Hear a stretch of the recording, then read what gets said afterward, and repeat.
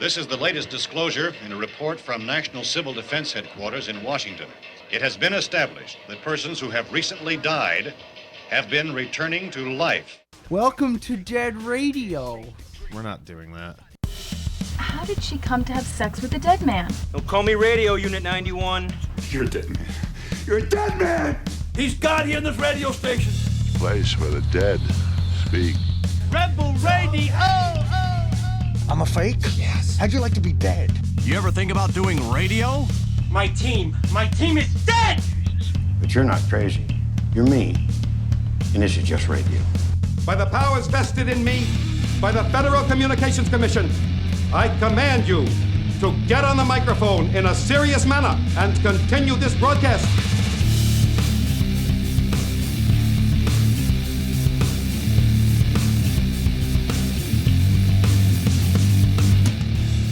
That's good, Babinka. Well, hang on a minute. You're gonna be on your own while I try and fucking log into Facebook. It has worked its way into my vernacular now. I say it for lots of stuff.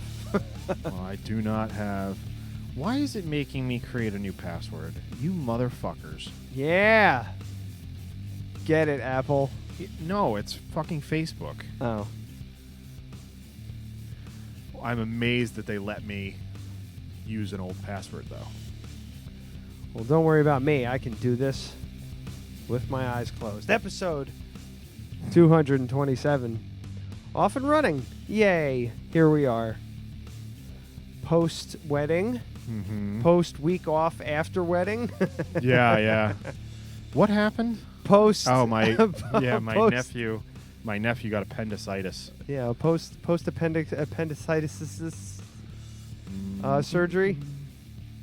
He was fine, right? It wasn't. It was like completely straightforward. They told my sister 2 hours for the surgery. He was in there for 15 minutes. Get the fuck out of here. Yeah. Well, they tell you 2 hours in case it's burst, and then they have to actually open him up. Otherwise, it's laparoscopic. Yeah.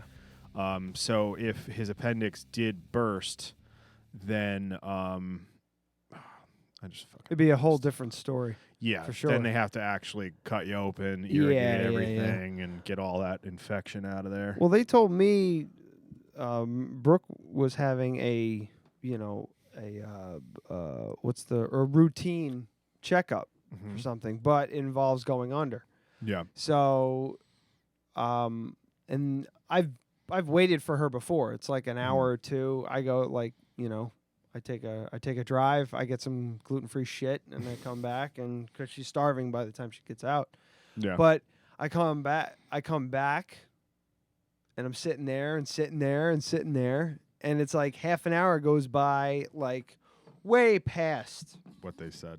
What they said it would be, and I'm like, hey, is everything all right? Because I've been waiting. It's like half an hour now, and they're like, oh yeah, she's fine. No, she's in, post-op or whatever the fuck, or whatever it is. Recovery. Yeah, that's it. And then another half hour goes by. And I come out and I'm like, all right, I need answers now. Now I need answers. Because now I'm just starting to panic because no one's telling me anything. She's in recovery, yeah. I've been in recovery. I know, know. And normally you're allowed to be in there with her. Yeah, when I get my endoscopies, it's the same procedure. It's like the same procedure for any kind of stuff, routine things like that. So she was getting scoped? Yeah, I don't want to go into the whole fucking nonsense. But they're like, oh, she's in recovery. You can go see her. Like, I was just like, Jesus Christ, just say something. Mm-hmm. And when I went back, there were like minor complications that were scaring the doctors to think that it would be something more serious. Mm-hmm. So it ended up being a concern, but just a heads up would have been cool. Yeah, well, they don't want you freaking out. Yeah, they don't want me freaking out, but just leaving me in the lurch was making me panic even more. So that shit doesn't help. But I remember when I thought I had appendicitis. Yeah, turns out your life was ruined. And it turns out my life was ruined instead of minor 15-minute surgery, apparently.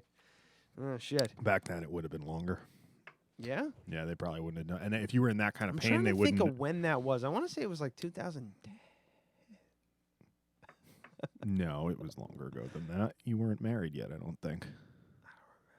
No, we were married. You were in Texas. We were married after the diagnosis. That's for sure.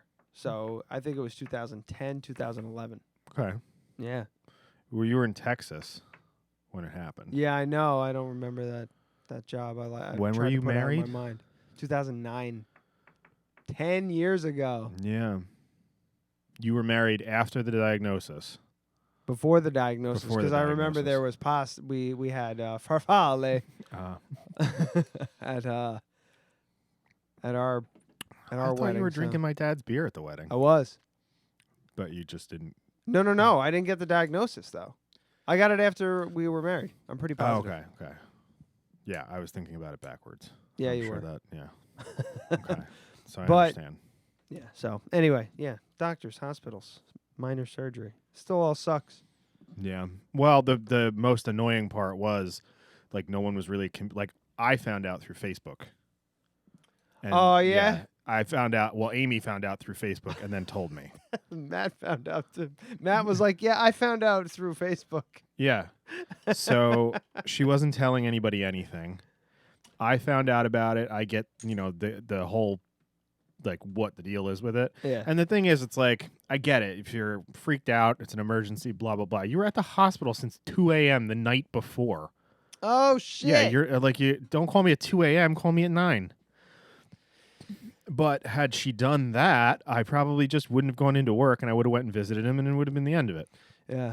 But instead, we drive all the way down to Westchester, and they're like, oh, they just wheeled him in for surgery. And then they only allow 2 people in recovery, so... Oh fuck. Yeah, so So we you- drove all the way down there, just drive all the way back. Yeah, so that was why I missed the show. So had my sister just communicated to me what was going on, or even just told someone who was there to communicate it to me, we would have been able to have the show. Yeah. Well, Especially because like I didn't even leave work because I was like, oh, okay. Like I found out from Amy, who found out through Facebook. So I contacted my sister, and she said, yeah, we were at Vassar at 2 a.m. Then we took and then I find out later that they took an ambulance to Westchester Medical Center, and I was like, oh, okay. So he's been sitting there waiting for surgery for 6 hours already. That means it's not acute. It's not an emergency. Yeah. That it's nothing to worry about. It's like your gallbladder surgery. It's pretty much the same surgery. Yeah. So I wasn't real worried about it, but he was scared, obviously. So I wanted to go down and fucking give him some candy and, visit him. I'm so funny with that shit. Why? Like I don't like if I go in for an endoscopy, my gallbladder. Like I didn't tell anybody. Not because I didn't want anybody to know, just because I kind of just forgot. Like that's kind of different, though. That's like a scheduled surgery. Yeah, I guess. And it's kind of it would be weird to just be like, hey, you want to go out to dinner just in case I die? You don't want to do that. But true. if you get into a fucking car accident, I'm gonna come visit you in the hospital. Yeah. Okay. If you got appendicitis tomorrow and you're having surgery, I might come visit you in the hospital. yeah. I mean, but if you were my nephew, I definitely would. Yeah. I'd have to think about that. Would I bother going 5 minutes to go visit my nephew if he had appendicitis? Well, Westchester. It's an hour. Yeah. Oh, okay. Why would they send him there? Because they're not equipped for children at Vassar. Really? That's Is that why, what that's building? part of it, yeah. But pediatric wing? they have a pediatric specialty wing down there. Oh, okay. So that was where he got airlifted from Vassar to there when he was a baby. You got yeah. I was gonna say you got a helicopter ride for appendicitis. No, when he was about 1, something like 1. Yeah. I know because he wasn't walking yet, but he was like standing and holding things. He swallowed, on the corner of a CD, the little triangle thing that says like featuring Alive by Pearl, like Grammy Award-winning song Alive by Pearl Jam. Sticker? Blah blah blah. Yeah. He swallowed one of those, and it was stuck like in his vocal cords. Ah. Yeah. So he was coughing and he wouldn't eat. Oh my days God. And days. Yeah. And that's what it was, Mhm. and they had to Yep. did it fucking go down and get it out. Yeah, and they kept saying that there was nothing wrong with him at Vassar. We couldn't find anything. We X-rayed him. this and that, whatever. There's nothing wrong with him. He just has a cough. And then they started accusing, well, no, they didn't accuse her of anything. They called CPS, thinking that it was like Munchausen's syndrome. Yeah. So before they could really do anything, my mom stepped in and kind of flipped out on them. And just like, the kid hasn't eaten in 6 days. He lives with me, So then at that point, the doctor just pretty much they just wanted to unload her and just said like, okay, airlifting him to Westchester Medical Center. And he was fine by the next morning. They found it. Oh, because they scoped him. God. They put a camera down his throat because you can't see a little piece of plastic in an X-ray, especially when it's wrapped up in like fibrous tissue. That's interesting that they didn't. Huh? Yeah, they just couldn't figure it out. I wonder if anybody got a hand slap for that. No one gets in trouble for that shit, right? Doctors don't get in trouble, do they? Nope, not at all. Yeah. Fucking doctors. But yeah, so he's fine. Well, there you go. Got a bunch of candy now that I brought him. I bought him one of those like big 5-pound bags of candy, like Halloween candy. Yeah. Those are the good ones. He's not gonna want a fucking card. I fucking love those. When I see that big ass bag, yeah, that's a wrap. I can't get that shit.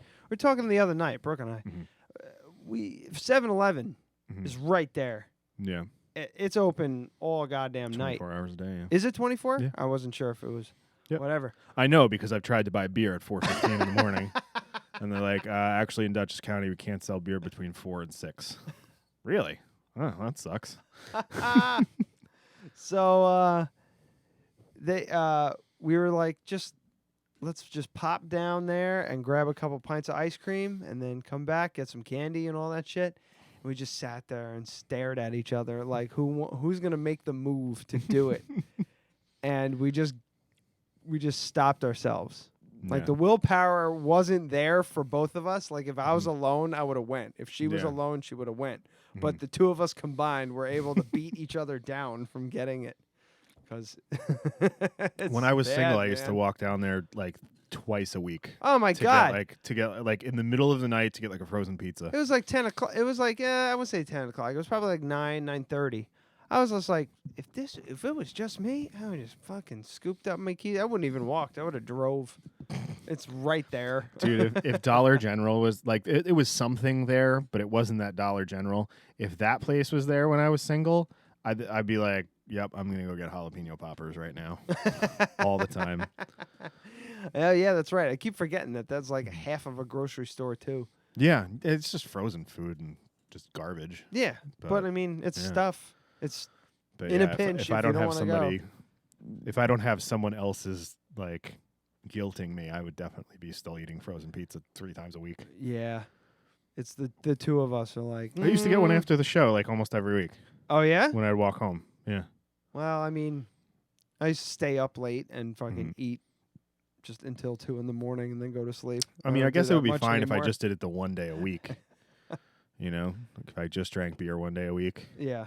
Then the frozen pizza would be fine. It's just the 3 to 5 days a week drinking beer. Yeah. Speaking of drinking beer, let's do this. It's What Are You Drinking?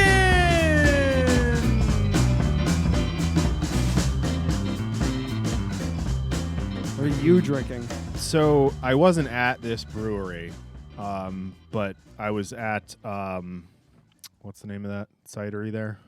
Brooklyn. Hold on. Brooklyn Cider House. Brooklyn Cider House.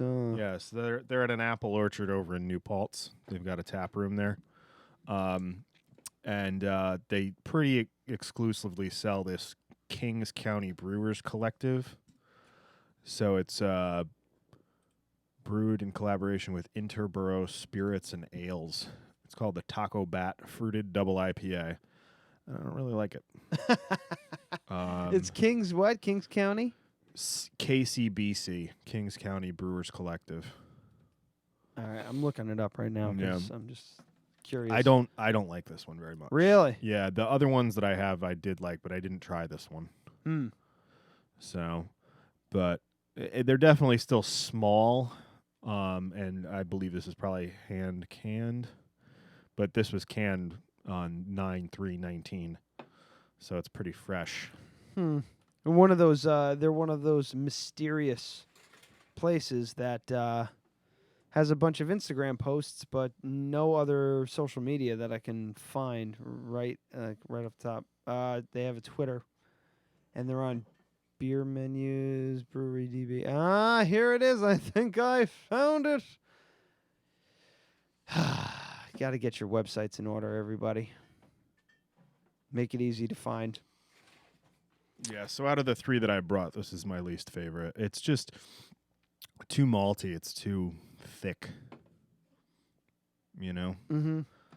I'm trying to figure out what their deal is. Do you know what they're like? What they're about? Because I'm curious. It's like They got really cool labels. get started. So it's just like you.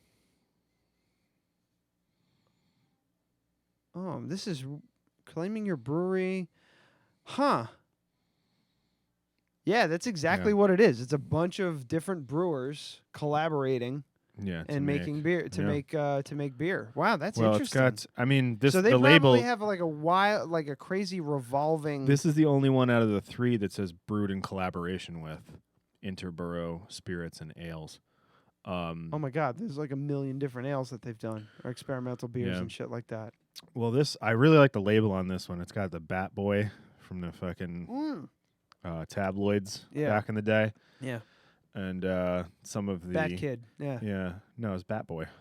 Well, it says Bat Kid on the. Well, yeah, can. because Bat Boy's probably patented or copywritten. Anyway, one of the headlines is "Woman Missing Since She Got Lost" by Dick Baldus, Zap City Herald, and then one of them is "Nuclear Explosion Would Be a Disaster" by C Obvious, and "China Does Stuff" by So pretty. Yeah, they're out of Brooklyn. It seems like, I don't know, Brewers Collective. Yeah, another another brewery doing or Brewers Collective, another brew with a fucking cool can. Yeah, that's got great artwork. This is divine. Yeah, I enjoy it. It smells like a foot. It doesn't smell all that great, but it tastes good. Yeah. So, yes or no? It's good. I just don't want it. Yeah. It's funny because I bought one of those cans of wine when I stopped at Kevin's on the way from babysitting. Mm-hmm. I was like, I need something now for the ride home. And he's just like, I need something for the ride, I said to him. And he's just like, wait, where are you going? I'm like, just my house. He's just like, huh. I'm like, it was really boring today. I need something to entertain myself with. Yeah, it's Brooklyn Cider House. They're still bone dry. So it's a bone dry hard cider, but it's not carbonated. Mm-hmm. So I thought that was an interesting one because you don't see that very often. And American Heirloom apples and bitter cider apples, 12 months on the lees. We learned about that. I just don't remember what it was. Yeah, I don't remember it. Only 100 cases done. So, yeah. Thanks for that. If I plug my nose, I like it. I just don't like the smell. Yeah, the smell is a bit off-putting. Yeah, but it tastes good. It's like it tastes like a wine. Yeah, it's like a very dry wine, white wine. Speaking of ciders, I don't have it. But did you hear fellas. Clemson Brothers Brewing, which I think is another Brooklyn brewery, bought the Gilded Otter? Really? Yeah, we went shooting yesterday because I bought a new shotgun that I don't need. I can show you a picture. Was that what you were shooting on the social media? No, that was the I brought the rifle out because I needed to sight it in for 150 grain. So I can kill stuff. Clemson Brothers Brewery. Hold on, Gilded Otter. Now I'm really interested in this. I spelled gilded wrong. I'm sure you did. G-U. Oh, they already own it. Yes, they're in there. It's open. Yeah. This was from March. So yeah, this is the shotgun that I bought. Jesus Christ. It's just ridiculous. It's just like an assault shotgun. Well, because that thing was $229 for me to get a short barrel for my turkey gun, for a home defense gun, would have been 140. So it almost doesn't make sense to buy the barrel when I could just have 2 shotguns for $80 more or whatever. So anyway, that's how I justified it. I just wanted to go. We seriously went shooting for a half an hour.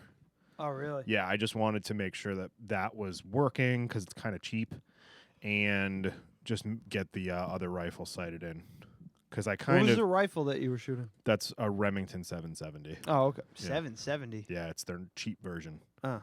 So it's a Remington. It's basically the barrel is Remington 700 spec, but everything else is super cheap. So like when you back the bolt out, you seriously have like this much flop in the bolt. Ooh. It feels. I mean, once you get around in the chamber, it's fucking nail driver. But everything else is super cheap. The stock's made in fucking China. Yeah. The trigger's not crisp at all. But I could shoot a 1-inch group at 100 yards with it. So that's all I care about. Yeah. And if I got to shoot something 3 times, I got a fucking problem. Yep. Yeah. You got to shoot more than once. Yeah. I mean, I could see a second one, but anyway. So this is from March 1st. Clemson Brothers Brewery, based in Middletown. Yeah. Announced its purchase of the New Paltz Craft Brewery. Hopes to bring a balance, not taking away for anything. We're not taking away anything that. Wait, we're not taking away anything people loved. This is the direct quote, so it's a little clunky. Yeah. We're not taking away from anything that people loved. And we're hoping that this is a seamless transition. The changes were made. The changes we are making will be minimal and for the better. And if I remember correctly, I tried Gilded Otter a handful of times. It's Hyde Park Brewing Company. It's the same. Yeah. It's the same. Yeah. So you remember when Hyde Park Brewing Company kind of went tits up? Took a shit. Yeah. Around that time, a larger company that also owned the Gilded Otter, and I think one other place that I've never been to, they bought them. All the beers were like the same beers. They just relabeled them. They were all brewed in the same location and then split up and just rebranded. Oh, yeah. So you could go to Gilded Otter and have a Big Easy Blonde, but it wasn't called that. It was the same fucking beer, though. Right. Well, I never liked yeah. We went there a couple times. Never I didn't liked like him. We used to go to freaking Hyde Park Brewery all the time. Mm-hmm. And then it was just like, damn, what the fuck's happening here? The food got weird, like really weird. Yeah. I had a seafood sausage there. Did I ever tell you about this? No, that sounds disgusting, though. I went there for a birthday party, Mm-hmm. a birthday gathering for Tony, and it had been the first time in a while that I had been there. I'm like, all right, let's see where they're at. So I got sausages there, and they're handmade sausages, and it said a seafood sausage, and I was just like, I must try this. I have to know if this is any good, because it sounded like if it was done well, it would be okay. It wasn't like ground up. It was like rough chopped and like, hand done and everything. You could tell it was like a pain in the ass to make, right? It tasted okay. But what fucking killed it is that they served it with a honey sauerkraut. Ew. Now, I love sauerkraut. Yeah. Touch of sweetness to my sauerkraut. Hey, I'm adventurous, whatever. It was like they poured honey over the sauerkraut. Yeah. Like it was regular sauerkraut with nice bacon and everything. Let's break this down. You're taking a fermented cabbage and adding honey to it. Mm-hmm. That sounds disgusting. Yeah. So I was like, I mean, with the other sausages, maybe that would work out. But with a seafood sausage, it seems strange. So I was just like, they can't possibly serve me this. No. And it came, and it kind of like that sweet and sour kind of melded with the seafood sausage. You see, when you go sweet and sour with pork, yeah, that's what I'm saying. If it was like a bratwurst or like a kielbasa or something like that, it might have been pretty good. Yeah, like you got that kielbasa, like sweet, the smoky sweet of the paprika and the smoky sour of that might have been really nice. But like, it was bad. Like But I mean, I'm not talking like the sauerkraut was good. Like all that shit aside, if they just gave me a small like side serving of this honey sauerkraut, I would have been like, "This is fucking shit garbage. Why are you feeding this to people?" Let alone as a side dish with a seafood sausage. They got fucking weird. Yeah. Really weird. This was like, I gotta say, this is probably like 5 years ago, maybe more. But damn, it was enough for me to not go back. I think they were trying to make it like the fanciest place in town. No. It's the brewery. Yeah. It never used to be it was never Hyde Park Brewery. It was just the brewery. It was the only place in town. Yeah. And that's where you went if you wanted locally made beer. Yeah. That's where you could get it. And they were top of their fucking game. Like with trivia night and everything like that. We were going there like every goddamn week. Yeah. But then the beer just fell off. The beer fell off. The food was never amazing to begin with. And then but it was fine. That took a shit too. Yeah. But the same thing. We're talking about Hyde Park now. Hyde Park Brewery, yeah. Well, it's the exact same thing that happened with the Yeah. Gilded Otter. I went there one time. Same company. I went there one time and I got their food and it just wasn't right with their beers. Mm-hmm. Like I got a flight of beers, which, yeah, I get it. It's not going to mix with everything. Yeah. But I got their jambalaya and it was just brutal. Hard to eat, you know? And then they didn't treat Brooke very well either, which is kind of weird. I never understood. She was vegetarian. Yeah, because she's vegetarian. So, like, they didn't help her out or they didn't. It's not It's they not- didn't I help mean- her out. She was just like, I'm a vegetarian. I want this, this, and this. And they're like, okay. And then it came out and it still had meat in it. So they Yeah. sent it back and they brought something else back. And it was just like, Yeah. and then they didn't seem to give a shit or whatever. I know I'm kind of like being a bit of a dick about well, it. how in but what is this 2014? Like, how are you not okay with that? I don't know. It's not like I think it 1991. was more than 5 years now that I'm thinking of Probably. it. But whatever. We stopped going there because we just didn't have a good time. Then we got invited back. Tony, again, fucking cocksucker, keeps bringing me back to these shithole places. We went back and you know what? I didn't have any beer. Yeah, you couldn't. Now I'm thinking of it. Yeah. Yep, I couldn't at the time. So I have no idea what it tastes like because you could give Tony a fucking Coors Light and he'd be happy. Yeah. So back to yesterday, we were in New Paltz. That's where my shooting range is. Oh, yeah. That's how we got here. So I see, this, what was it again? Clemson Brewery?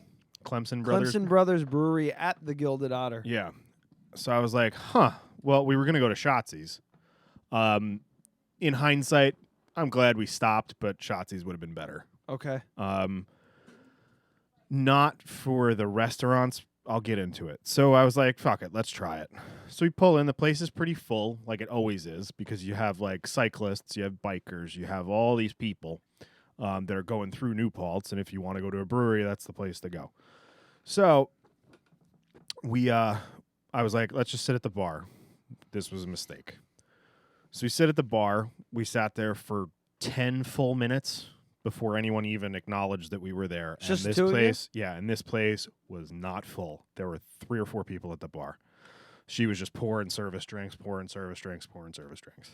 One bartender behind the bar, but every waitress was going back behind the bar to pour their own beers. So there's no fucking reason that we sat there that long before anyone even acknowledged us. 10 full minutes. So we order a couple of beers. Took a while. The bartender was literally the worst person I've ever seen at their ability to pour a beer. She was handing beers out. If this is the pint, this full, and So this is all foam. So he's for the listeners at home, about 2 to 2.5 2 to 3 inches. 2 to 4 inches probably. Yeah. Like almost half the pint. Yeah. Was just foam. Now you got a foamy line, that's fine. You can't serve that. I said to Amy, I was like, somebody needs to teach her how to fucking pour a beer, because she was seriously, you do the 45-degree angle and then just dropping it underneath the thing. Oh yeah. She just didn't know how to pour a beer. Slowly follow it down. Yeah. And catch a little bit of head at the end because it is good. Foam is good. that I learned. You should be should have an inch of foam. A pint glass should be 16. A 16-ounce pint glass should have about an inch of foam at the top. I prefer like a 3/4 inch. It depends on the beer. Mm-hmm. Some beers you're just not going to get that. Nah, you get like a stout or something like that. You're lucky if you get a half an inch. So talking like we know. I kind of was thinking like I really hope that she hands me a half full beer so I could say something to her, because she shouldn't be. You can't do that. Mm-hmm. And and the server, how is the server like, thanks, going over the table and handing it to somebody? Like, how do they not get 5 complaints a day on that? Yeah. Because there was no way. If I'm paying $8 for this beer, you're not going to give me a half full beer because your lines aren't set up properly. Yep. You know, if your lines aren't set up properly, a shit ton of foam goes down the drain. That's how it works. You can't fucking do that. So there was that to begin with. Luckily, we weren't. I ordered a stout. I forget which one it was, but I wasn't into it. It was too. Do they still have that fucking like ridiculous array of beers? Yes, they have 14 taps. 14. Yeah. So and Jesus Christ. Nothing. 10 max, absolute max. You don't need to do more than that. You got 3. You got your 6 flagships and a handful of So it was. I got the Freight Train Imperial Milk Stout. Okay. Right. It was just smokier than I like. When I see a milk stout, I'm expecting coffee notes, a little on the sweeter side, not too malty. It's going to be a little sweet, but not heavy, because they're using the lactose to give it the sweetness, so everything else should be fermented out. This was not the case. This is very, very smoky. Did not taste like it. Tasted like the smoking musket, but Imperial. You haven't even had the smoking musket. Nope. So from Cousins Ale Works. So the smoking musket with double the smoke. Ooh. And Imperial. So it felt like I was smoking a cigar and drinking a fucking black and tan. Call that a Roche beer. Yeah. So I was not a fan of it. I only got one. And then I switched to a guest cider tap, which I wish I could plug because it was fucking fantastic. Really? They don't have them listed on the website. Oh, no. Yeah. Guest cider. Yeah. That's not good. Yeah. That's well, they no don't do their own ciders. She had a blueberry wheat beer that was very good. Let me see if I can find it. That's a classic over there. That was like but it wasn't. One of their most this was a popular Clemson ones. Brothers one. It was. They still had. So I'm thinking they still have kegs left over from fucking March. Well, no, I don't. I think this is what I think. I think they got their recipes and they are named them. Yeah. They renamed them, they rebranded them or whatever, but they're still making those recipes. Maybe they tweaked them a little bit. Well, blah blah blah. They should. The thing is everything. I don't think that's the case. I think they're still serving 6-month-old beer. It was good. It was solid. Reminded me of the Long Trail Wheat. Very similar, but none of the Gilded Otter beers that they had on the menu, which was roughly half, are listed on the website. I'm scanning through their menu right but now. the thing is, if you've got fucking barrels, you're not going to not sell them. So if they bought the place in March, that's 6 months. That a keg of beer is good for that long. So it wouldn't surprise me if they're selling off old stock. There's nothing wrong with that. A 6-month-old beer in a keg is perfectly fine, especially if it's been refrigerated. It's once you put it in the can. Because when it goes right from the bright tank into the keg and then gets carved in the keg, that's a lot different of it coming off of a tap and going in a can and touching air. You know what I mean? I'm looking at the food menu. The food menu looks great. The food was very good, but gluten-free buns and gluten-free pizza. Getting back to the service, so we waited a while for her to take our order. Wasn't exorbitant. Maybe 10 minutes after she gave us the menu, and then we ordered our food, and it was about 40 minutes before we got our food. Oh, so you did get food, and it was just 2 appetizers. What'd you get? So I got the It was, I forget what it's called, but it's like waffle fries, like nachos. The waffle fry nachos. So I got those. They were very good. Simple. The chili, in my opinion, was too spicy for a restaurant. You sound like a bitch. Okay, well, 1/5 of a population would be totally fine with it.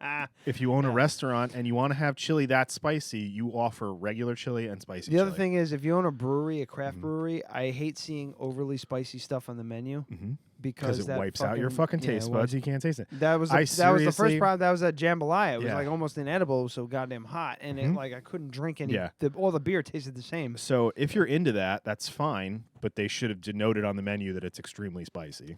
Duh. And like, I'm not talking about like something I couldn't handle, but I would have really needed a bucket of sour cream, double the cheese. I was sweating, like I couldn't finish it. It was so hot. So Amy took 2 bites of it. And she's like, that's way too hot. So I got that. She got the pierogies, which were doctored like Mrs. T's fried pierogies. Yeah, which is fine. It's totally fine. You know, what else are you going to get from your distributor?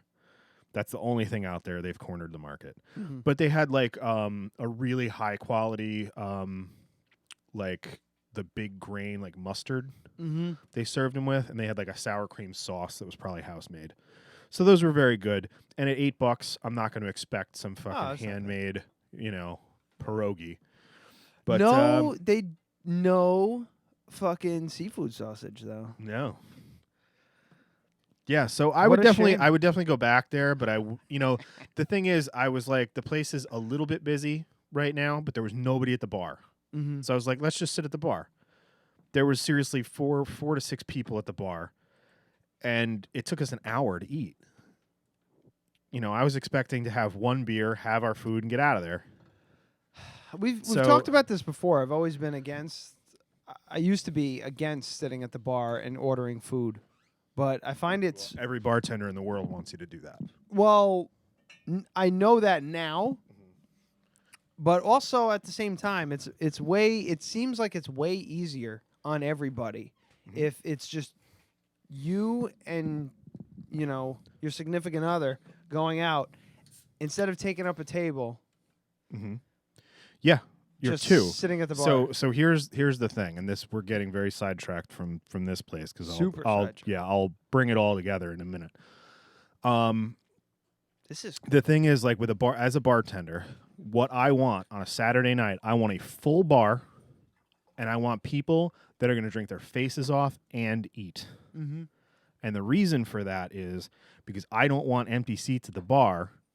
Because you don't want people filtering in, filtering out, filtering in, filtering out, because you're starting more tabs. Yep. You know, like the worst fucking thing for me, I would never want to work at a place like Shotzi's, where you got a full fucking bar and all people are doing is drinking, right? They're not upping their bill with food, desserts. You eat something, you don't get as drunk, you drink more. Yeah. You know, that's just how it works. If somebody sits at the bar, they're more likely to order 2 beers, hang out for a bit, and leave. But if they order 2 beers and they get food, they're going to get a third. Absolutely. Yeah, they're going to get a third drink. Yeah. They're going to tip you well because the food, like if you see your drink bill, 20% is different than tipping for drinks than tipping for food. Yeah, so people don't get it. What my ideal thing, I want to, like when I work on a Saturday night, the nights that I make the most money are nights where every bar seat gets flipped twice. Yeah. So everybody basically sits there for an hour and a half to 2 hours. That's what I want to see. But, if I ever worked in a place that was like a bar, that might be different. You might want to make it more up in volume. I don't know. But this was ridiculous. There were so many servers there. Like, we had our bartender who was our server, and there was another server who came over to us almost as much as she did. She came over twice. She got us around. Who is this person? But she was just a server, and she saw us sitting there with empty glasses, waiting, and I was like, can we get a box and another round? She's like, yeah, no problem. She went, got us our drinks, got us a box, and the bartender came over a total of 3 times to ask if we needed anything. The first time when she got us beers, she didn't even bring out our food. And then, there's no reason for it. She wasn't busy. I got my first taste of too many people on staff this past weekend. Yeah. Like, It was the Arlington Street Fair. Yeah, which I missed. Yeah. It seemed like it went well. Mm-hmm. I was working from 11 to close, so peak times. Yeah. But when I got in at 11, Matt had told me it had been fucking bonkers since 7. That's the busiest day of the year. Yeah. It was insane, but it was 100% manageable. Yeah. Everything went fine Mm-hmm. because we were so staffed. It was ridiculous. We had 4 people plus an expediter and 2 people in the kitchen. And it was the only reason why it went well, because it was line to the door for hours, but it was a manageable line to the door. You know what I mean? We had a few moments where we could recover, but at the end of the day, I really didn't make that much in tips because I had to split it with 4 fucking people. I feel bad for the servers right now because we're like in a transition. This is Tomato Cafe. We're in like a transitional kind of period right now. Yeah. So like People are gonna stop. Yeah, They're slowing down big time. Like we still have 3 people on the schedule for Fridays because sometimes it's crazy, but then sometimes they're like, the fucking busser made more than we did.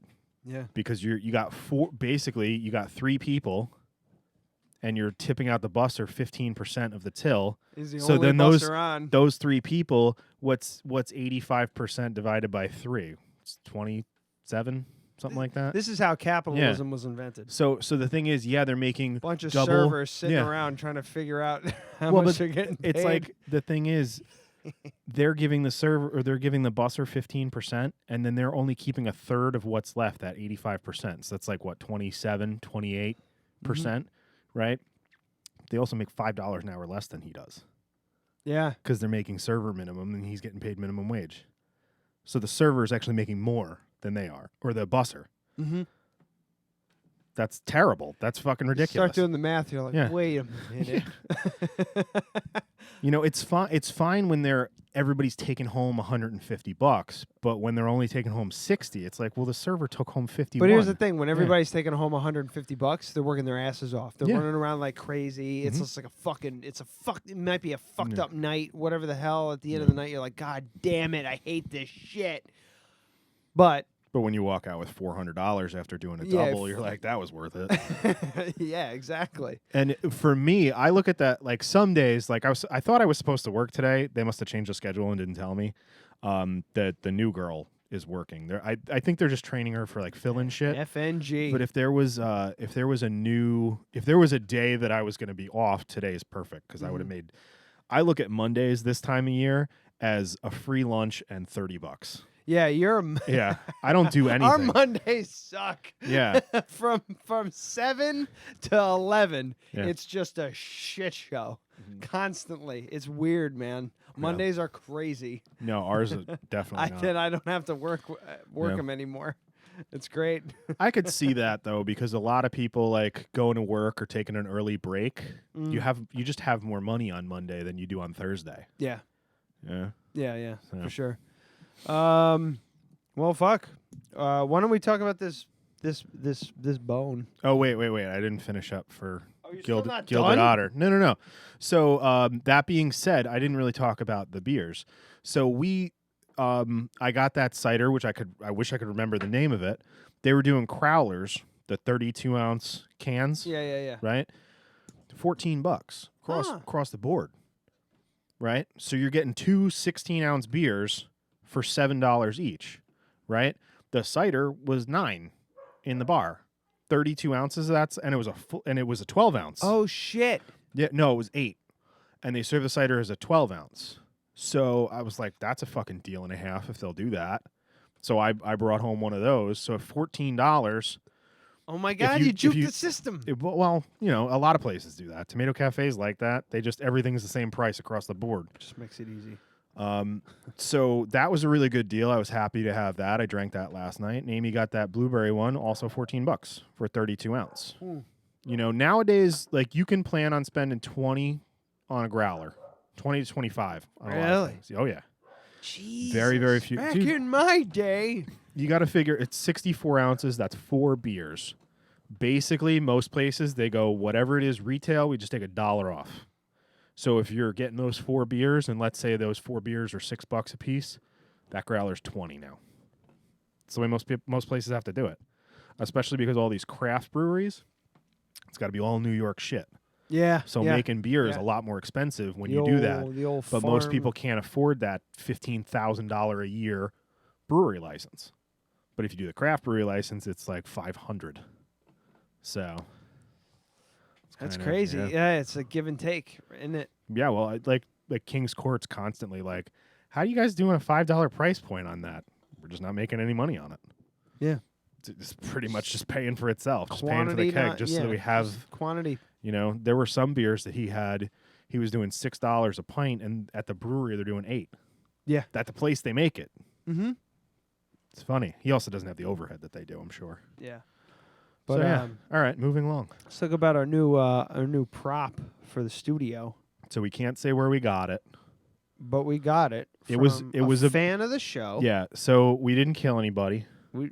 It's a night. It's like it's not like rat chewed or anything. No, this is a human femur bone. Yeah. It was obtained legally. He just asked that we don't say where it came from. Yeah. Everything's completely legit. Yeah. Like even when you put it on the table, like this is both. I'm both. This is the greatest thing ever, and this is making me supremely nervous. Yeah, it's completely horrified. It's weird. So it's yeah, like this it's not, kind of balance between the macabre and like complete and fucking just. And just so everybody knows, like this was a person that in probably the 1950s, we're not really sure, donated their body to science. This sat in a classroom for many, many years, and then it was part of another subsequent project, and this one's just extra. And this person, male, are we saying? Yeah, he said it was a man. He said he was between. I think he said he was between 6'2" and 6'5". This guy had a giant penis. Is really big. Because look at this, like his femur is a full 2 inches longer than my femur. What's the bottom part of your leg? The ankle. No. It's like the nubbin. The nubbin. The part where your shin is. So you got to figure if his femur was 2 inches longer, that was a couple inches longer too. All his vertebrae are, 10% longer. Yeah. The guy is huge. This guy's a big motherfucker for 1950. Like he was Lurch. Wouldn't that be crazy if it was the guy who played Lurch? This is his femur bone. Or what's his name? Nelson from Home Improvement. Wilson. It's fucking Nelson. Shit. We can do this. It's got drill holes in it. Yeah, because it was one of those like hanging, the the skeleton. Full body. Yeah, he was saying that they're very hard to come by now because people don't really donate their body to science anymore. And then Brooke was saying that it's because it's so expensive. Yeah, she was saying it's $3,500 in Florida to donate your body to science.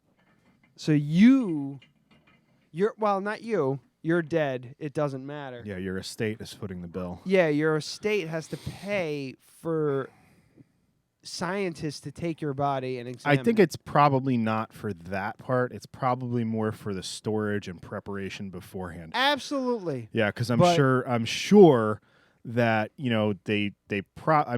for like medical colleges and stuff, cadavers.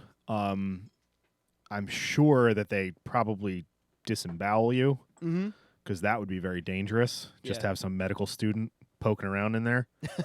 So I'm sure they take out all the bad stuff first and then embalm you so that you're going to last a little while so some student can cut your heart out and stuff. Yeah. Well, it just seems a little strange, and you put it succinctly. Maybe the fucking college that's taking that shit should pay for it. Yeah, you'd think. Yeah. Why not? Why fucking not? They pay. You spend the money on the fucking tuition. That should be part of it. No. Dan's watching. Yeah, I know. Dan cunts. Yes, it is. We can't talk about that though. So don't make any comments on YouTube. I have a new studio glass as well. a mini Das Boot From my wedding. from your wedding. You're like, you were like, oh, did you find the boot? I'm like, yes. I put it at my table setting.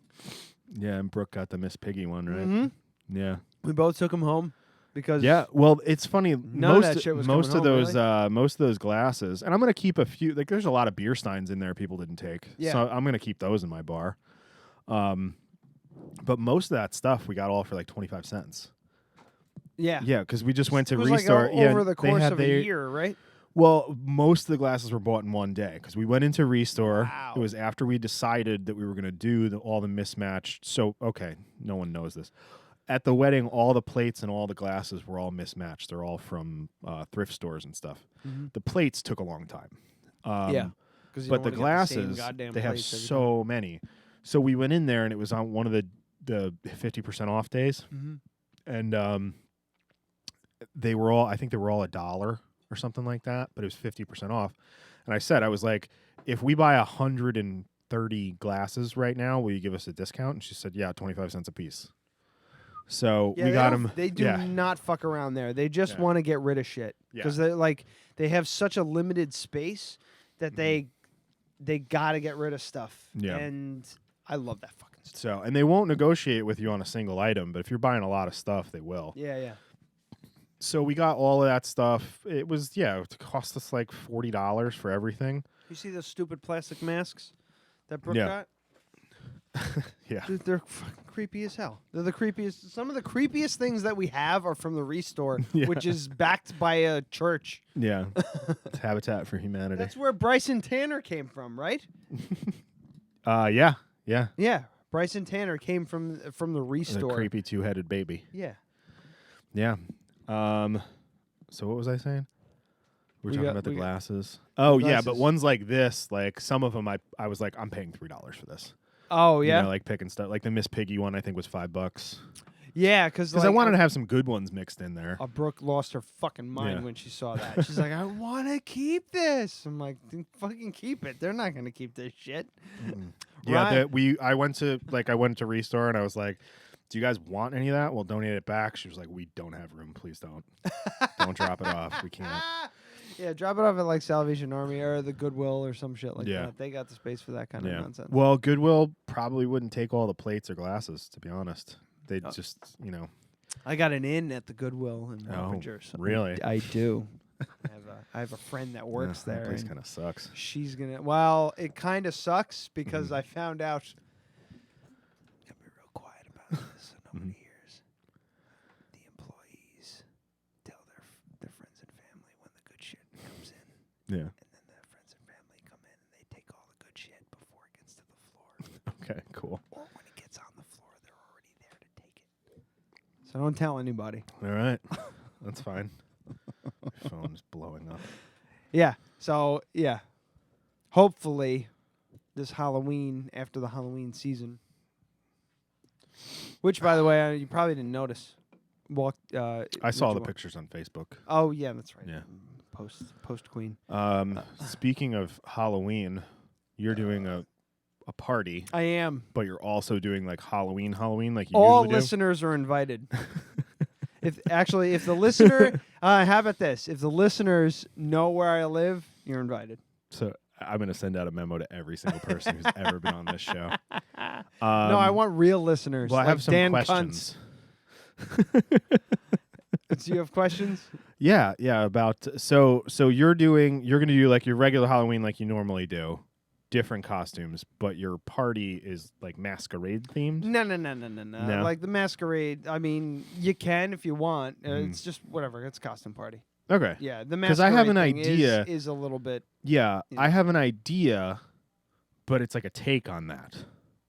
So I like imagine masquerade, except for it's a mix between The Purge and Mad Max. Okay, That's do that. it. Yeah, That's fine. that'd be cool. right? Concepts are Yeah. completely like that. I love concept costumes. Yeah. Like if you like mashups and all that. Kind Yeah, of crazy I just shit. I like the idea of just because I can wear clothes that I already own, just in different, Yeah. put together. Fucking do that So I was wondering if I could borrow a few things if you're not using them. if we're not using. Yeah. Probably. like that I'm fucking probably not that using. weird mask that you have with the goggles? I am not using that. Not using that? I might be using that. Okay. If you're not. I don't know. Yeah.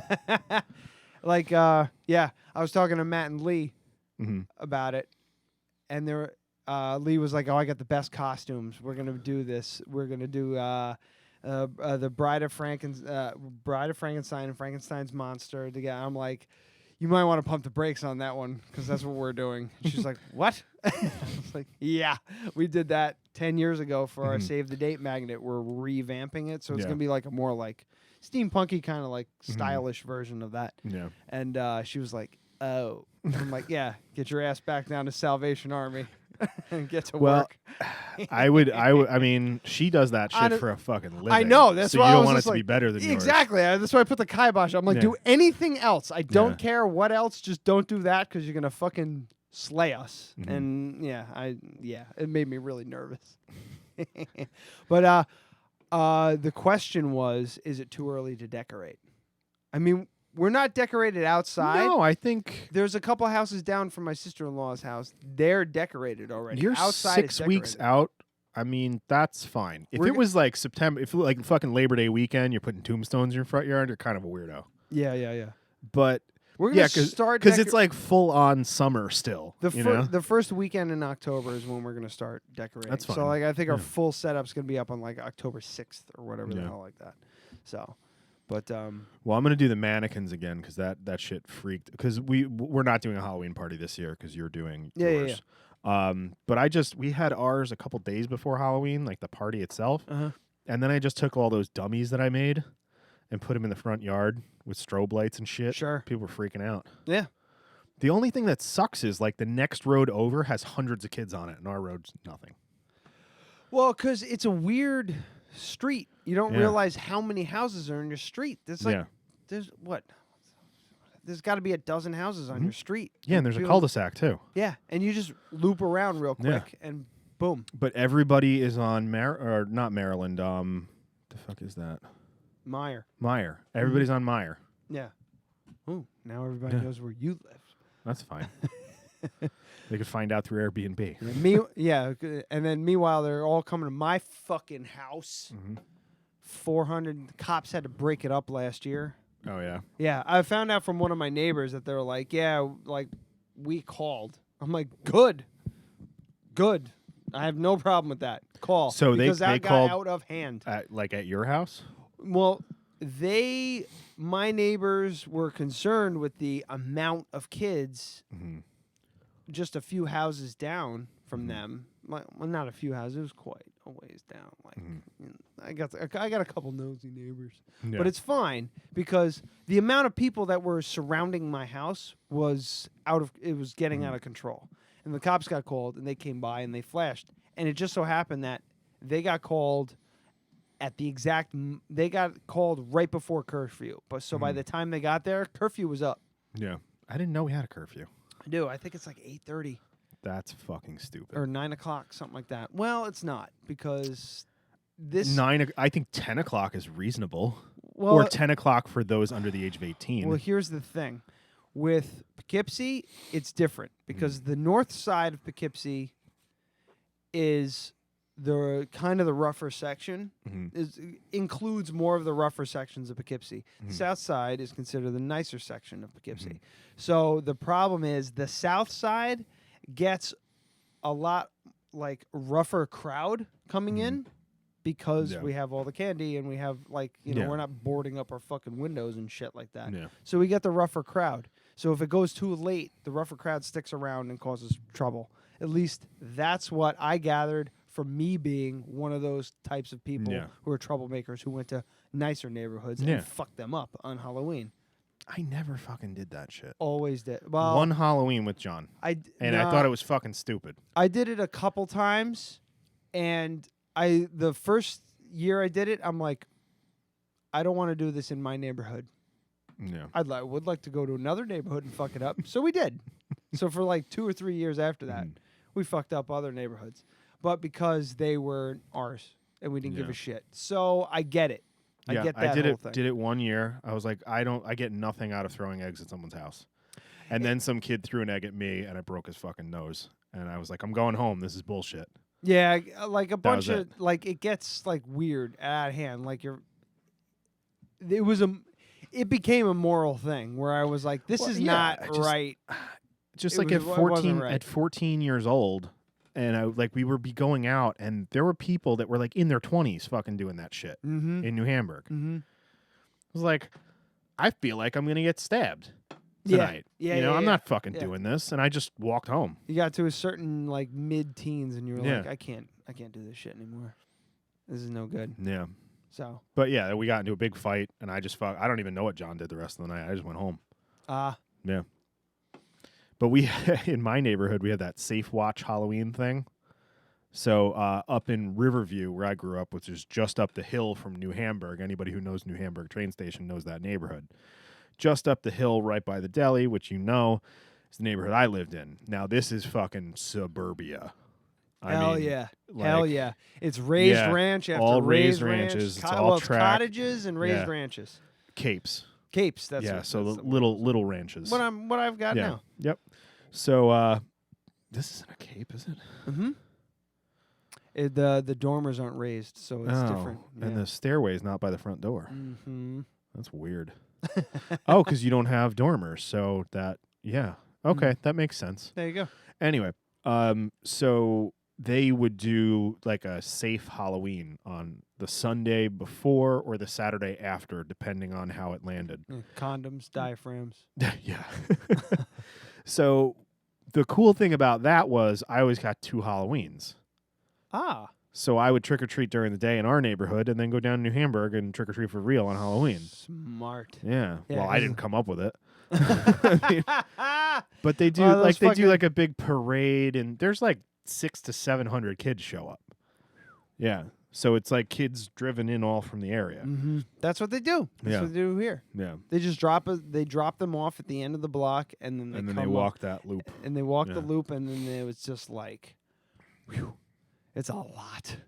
And last year it was my costume was, I came up with a concept. It was scary. You're a gimp. I was a gimp. In the end, I was a gimp. I was going for this chain demon kind of thing, and it was scary as hell for everybody else. But I was literally chained in the backyard. I could get out of my chains quickly, but I also had a mask on my head, and underneath I had these red glowing glasses on. So I had everything was red. And covered in a mask. Yeah, so so you it couldn't was fucking see. red and then shadows after that. Yeah. And my father was standing there saying, looks good. And I'm like, Thank you, sir. yeah. I had no fucking idea. He's just like, and I'm just standing there and he goes, "Right, it's me." And I'm like, "Oh, what's up?" Like it just, I couldn't see anybody. So, and then Brooke was in the garage giving out candy and stuff. So it was like, it got out of hand fast because there was nobody able to break it up, kind Moving of. along. Yeah. Yeah. So this year is going to be different. I'm not doing that. You know, you live, you learn. This year I'm going Yeah. to be bouncing around in the front yard as Pennywise the clown. Yeah. I'm so surprised you excited. gave it away. I like Yeah. this one. I'm excited for. I'm like super excited for because Brooke hates fucking clowns. Yeah. She Did you see the hates new them. one? No, I haven't seen the new Check one. it out. It's not as good as the first one, but it's still really good. Oh, all right. Yeah. I'm doing 1990s Pennywise. Oh, okay. Yes, I'm not doing the new Pennywise. Not doing the new one. Yeah, I'm like going a little bit against the grain there. But I'm gonna tie balloons in the sewer grates and everything on the road and everything. It's gonna be a hoot. Yeah. A hoot. And we have a casket. Sweet. We bought a casket this year. So it's going to be great. And I'm not joking. That's cool. That was our one purchase this year for Halloween decorations. How much was it? It was and but Is it like a dead wooden casket like a cowboy would be buried in, or like a modern casket? it's a modern casket. Let me Wow. show you the fucking Yeah. I'll show you the picture. Everybody else can go fuck themselves. But I thought the same thing. I was like, oh, it's just gonna be a fucking like handmade pine box. No big goddamn deal.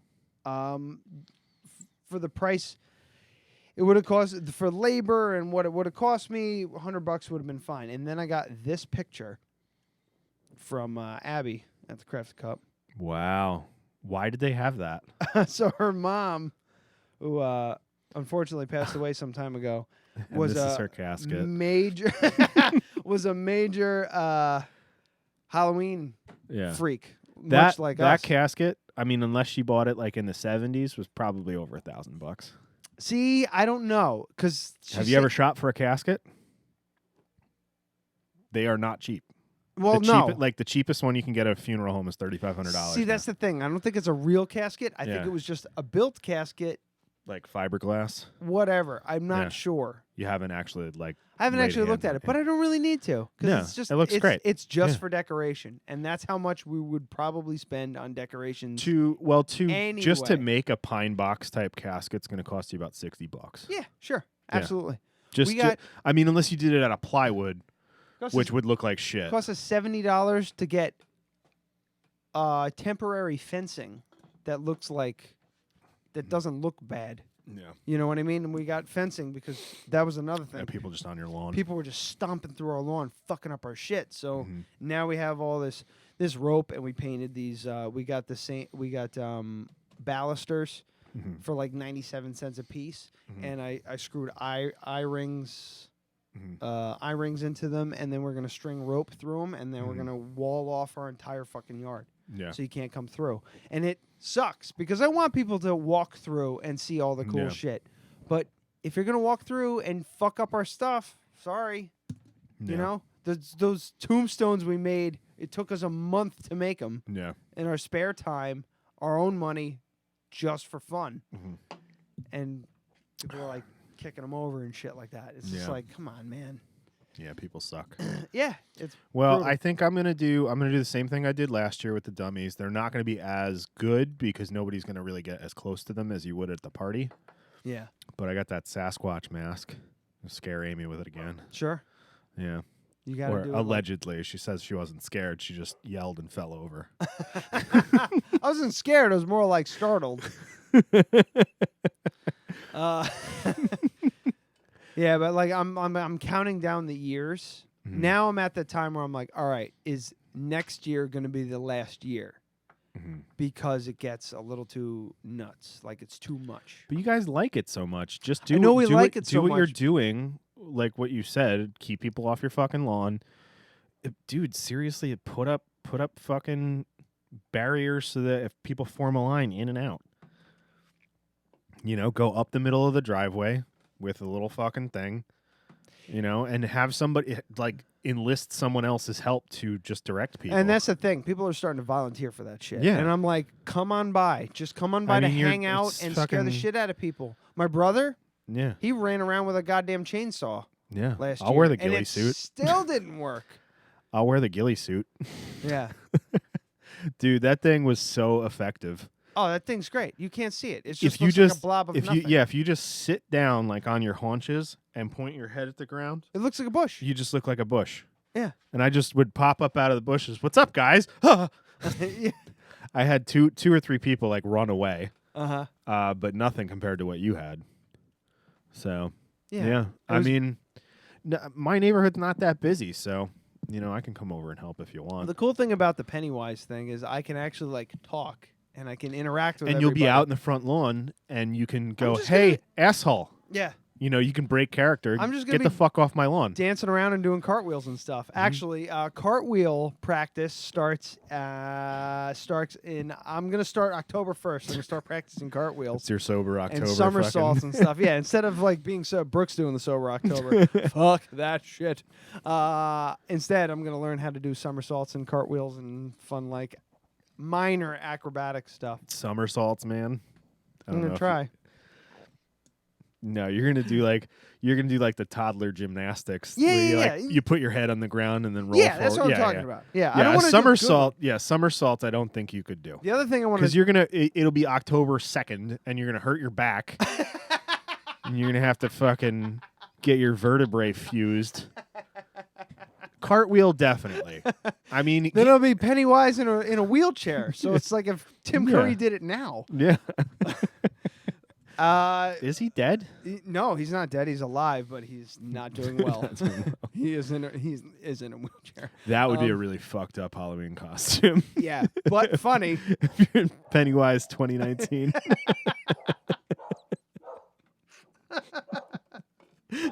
Oh God, that's so bad.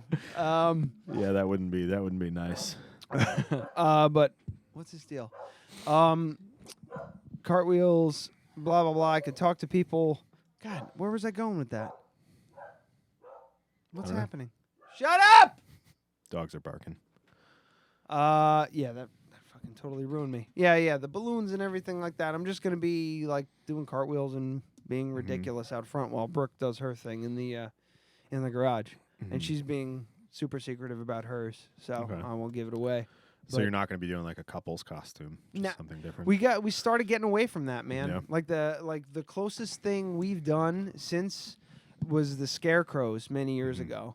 After that was a long time ago. It was a while. Yeah, I think that was like the second year we were in a house, and that was great. It worked out really well, but this we stopped with that shit. The closest we did was like Babadook and Annabelle because they were like two horror characters that were out that year.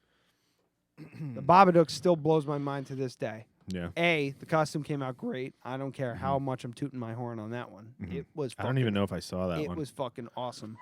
And the other one was I was doing the Babadook thing. I was behind the curtain, making all his noises and shit. I watched the movie a bunch of times to try and get his noises down well, and I was scraping a machete that I had, my grandfather's machete. I was scraping it against the floor to make and this one little kid, he might have been 4, 5 maybe, was like crying, like whimpering, I don't want to go, I don't want to go, I don't want to go. And then I poked my head out. Like I was doing, like I was pulling my hands out and I was running them against the curtains and stuff like that. He's got those long spindly fingers. And I poked my head out and the mom goes, "Oh, look, it's the Babadook. Buddy, look, it's the Babadook. It's okay." And he goes, "Oh!" Runs right up to Brooke, grabs his candy. She's dressed like Annabelle. Here's the picture. Yeah, that came out good.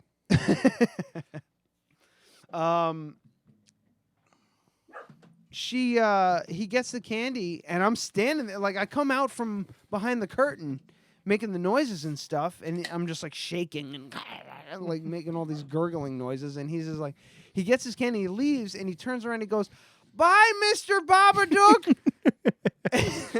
And Did I was you just break like, character? "Bye." I couldn't I had get to break through, character a little bit. Like, I used the voice, but I still had to say goodbye to the kid. He even called him Mr. Babadook.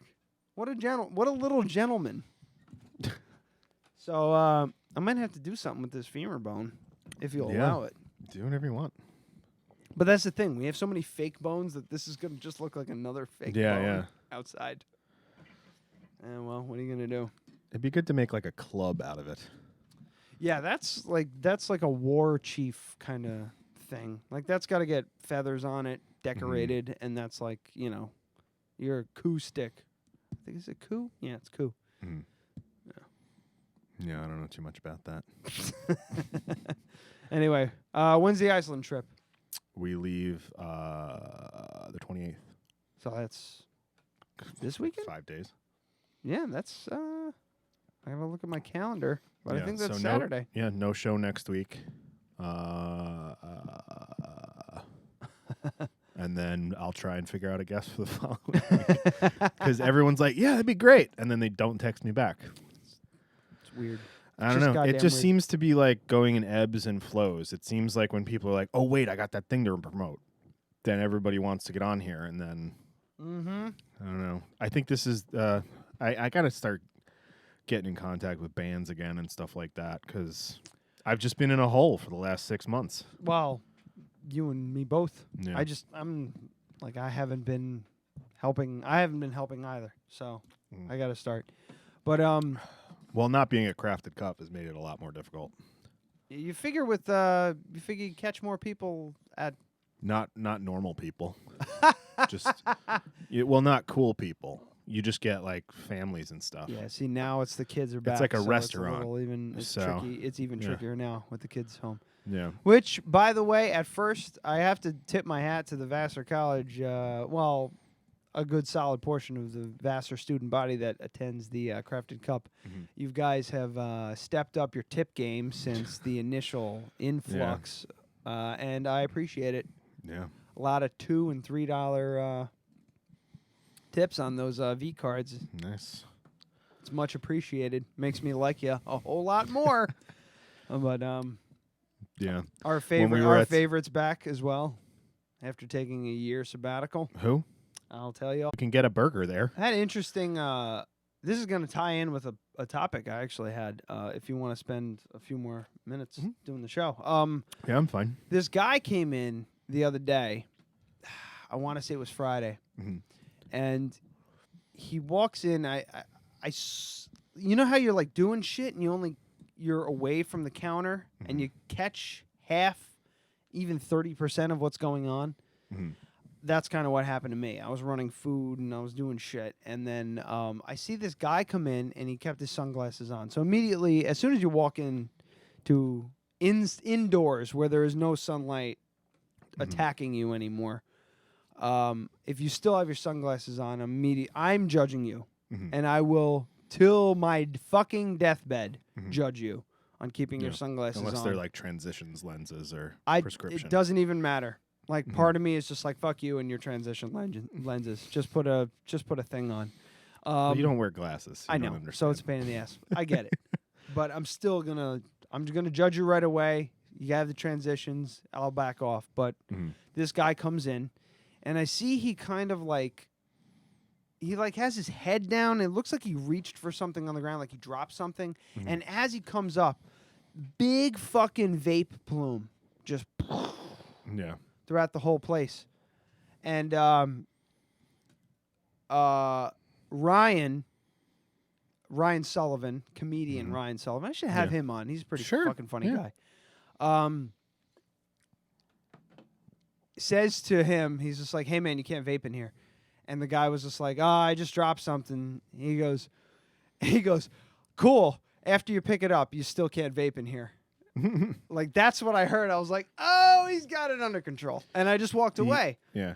And that was the majority of their interaction. The guy got I was listening but wasn't paying attention. The guy got a cup of coffee. Seemed like he was kind of a dick about it because, of course, he's got his sunglasses on and everything like that. He walks, and when you walk out of our place, the way we have like the door is set back from the storefront, so you have like a foot or two gap before you hit the sidewalk. Yeah, because it used to be display cases.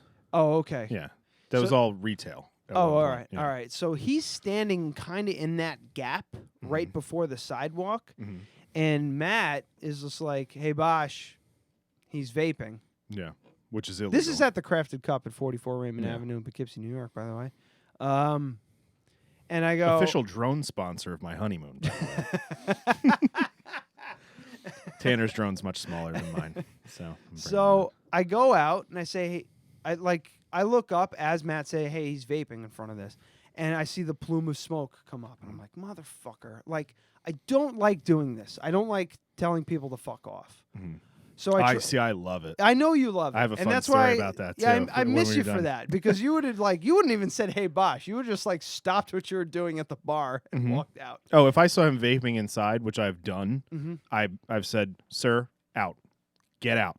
No warning. Get out. You know you're not allowed to do that. Yeah. You're not welcome here. Get out." So I go out. I say, "Hey, man, it's cool if you hang out here. That's fine. But I can't have you vaping here. New York state law says you can't vape within, what is it? It's 10 feet from any structure attached to a place that serves food. I said 10 feet from the storefront. Which is true, except for the awning. And I said, however, the awnings count as our storefront. So it's 10 feet that way or 10 feet that way. And we have this And I was like, we park got right there. I'm like, there's the lawn Yeah. right here. That's perfect. You can hang out here, but if you're going to just be tugging on your vape.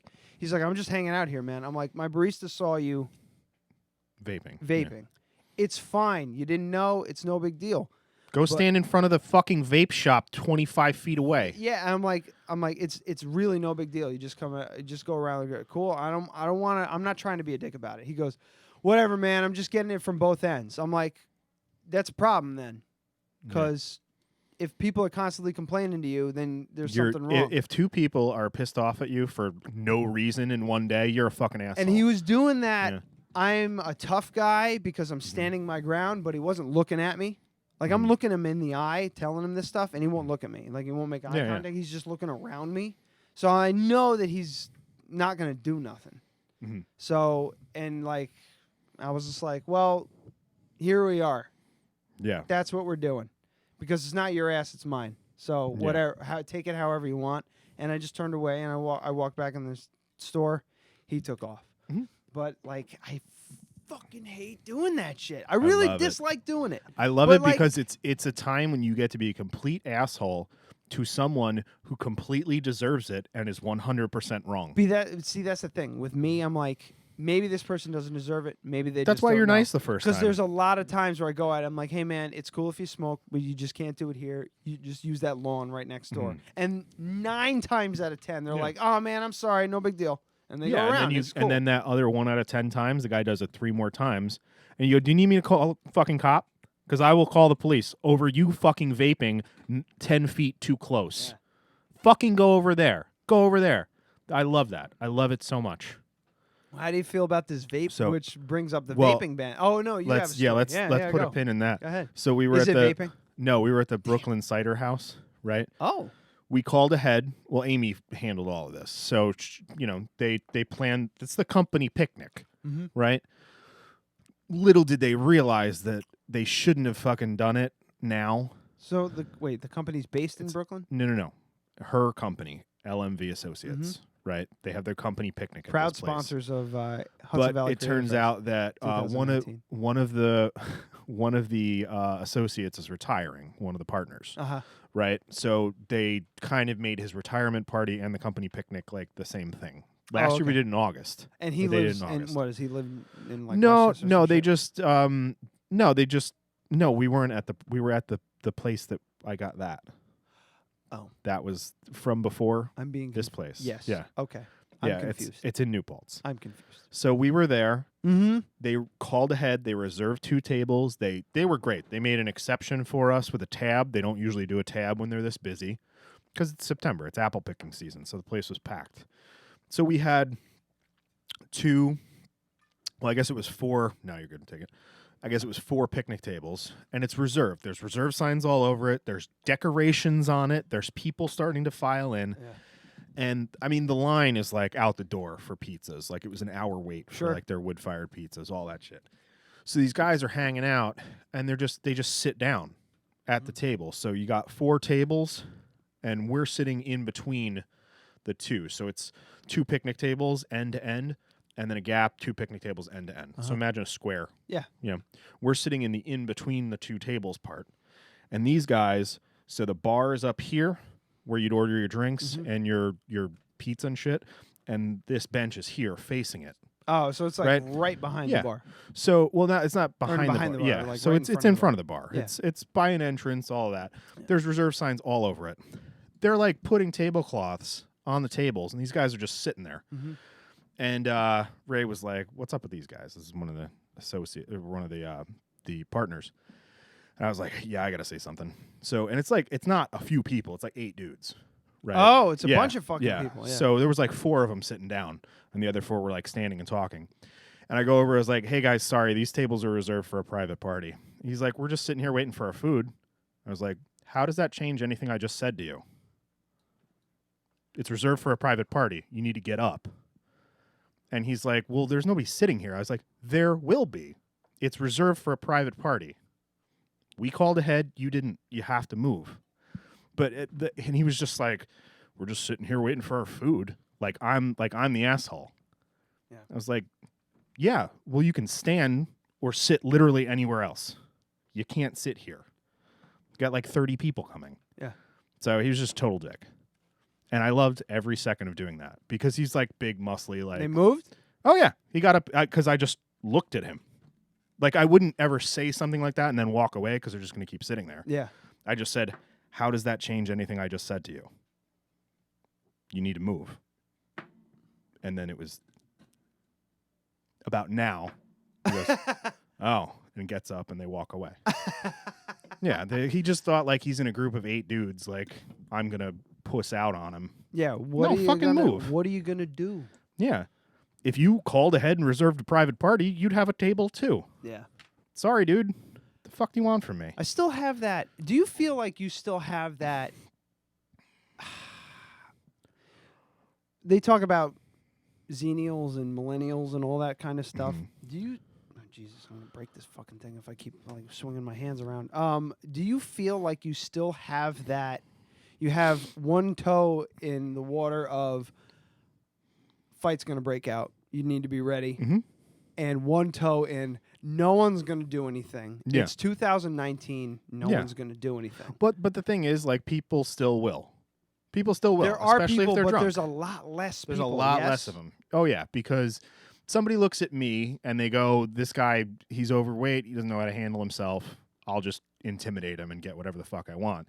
Whereas I couldn't take 8 dudes, but I do have 5 fucking shells in my pocket. Yeah. You know, so I'm not really worried about anybody, especially because these were like city guys. So I know they're not carrying. Yeah. And that's another thing. It's like for me, any fight that I get in immediately escalates to a gunfight because I can't put myself in a position where someone's going to take my gun and use it on me. Mm-hmm. So if I'm justified getting into a fight, it's because like I'm really being threatened. You know what I mean? So I wouldn't let it escalate. If they just said, fuck you, dude, I'd have said, all right, I'm going to go get the manager. If you guys want to sit here until he gets here and tells you to move, that's fine. But you're going to be moving. And I would walk away and I would go get the manager and he would tell them to move. But if the guy took a swing at me, that'd be a different story. But that's never going to fucking happen. And another thing is, if I was like, those guys are a problem, I would have just went straight and gotten the manager and not even talked to him. You know, if they were drunk, talking shit, being belligerent, if it was 9 p.m. at some fucking outdoor bar, that would have been a slightly different situation. I would have approached it differently. But, like, they're seeing us setting up decorations for someone's retirement party. And they're just like, yeah, we can sit here. That's fine. That's a piece of shit. Yeah. It's a fucking asshole. Yeah. And the thing is, had he gone, oh, fuck, I'm an idiot. Sorry, dude. I'd have been like, you know what? If you want to just sit there till people get here, that's totally cool. But he was a complete asshole about it. You know? Yeah, that's the so. thing. Like, I got no problem with just ignorance. Yeah. It's fine. And like the thing is, you have But you if have you're people admitting that you're you have like regulars at Crafted Cup who constantly forget that you can't vape underneath the awning, and that's because they've smoked themselves retarded. And I understand that they forgot from last week. And most of them, you know, they immediately apologize and go, "Dude, I'm so sorry, I forgot," and they walk away and they fucking vape somewhere else. Yeah, but that's fine, you know. But every week I put my head out and go, how many times do I got to tell you? And they go, oh, fuck. And sorry, dude. And then they fuck off. That's fine. I mean, I do like that we live in a time where somebody's like pretty much everyone's smoking a cigarette now. You tell them you can't do that here. They're like, oh, I'm so sorry. And they run away. Yeah, everybody's their shameful cigarette. Everybody's adjusted to that shit for sure. But the vaping thing, like, they still think it's okay. Like, again, even like secondhand smoke never bothered me. It was never a real fucking issue for me. And the vaping thing, it doesn't bother me. But I get it. I get that people don't want to smell that shit. Like Brooke's a perfect example. She like fucking hates the smell of cigarette smoke, hates the smell of vape smoke. My brother's around. Why? But here's the thing. Yeah. My fucking brother, you know him. Yeah. He is he's really considerate about his vaping and everything like that. He blows it away from people. If he's just like, if he really wants to like get in on it, he's over off in a corner, just, you know, vaping his ass off. But, you know, there's just douchebags out there, man. Douchebags being entitled. douchebags for no fucking reason. And like this, I wanted to talk about the vape ban real quick in New York. And your take on it. I know what my take on it is, but this whole banning of it and everything like that. So here's where I'm at. I think cigarettes should be taxed to the point where no one can smoke them. Right.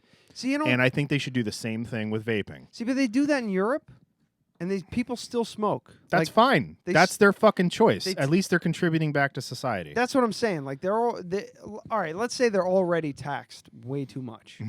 Like it's $12 for a pack of I don't know. It's got to be like what $12 for a pack of cigarettes in New York City, right?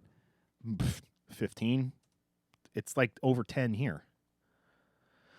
Okay, let me solidify my point. Okay, alcohol kills people all the fucking time. $13 a pack.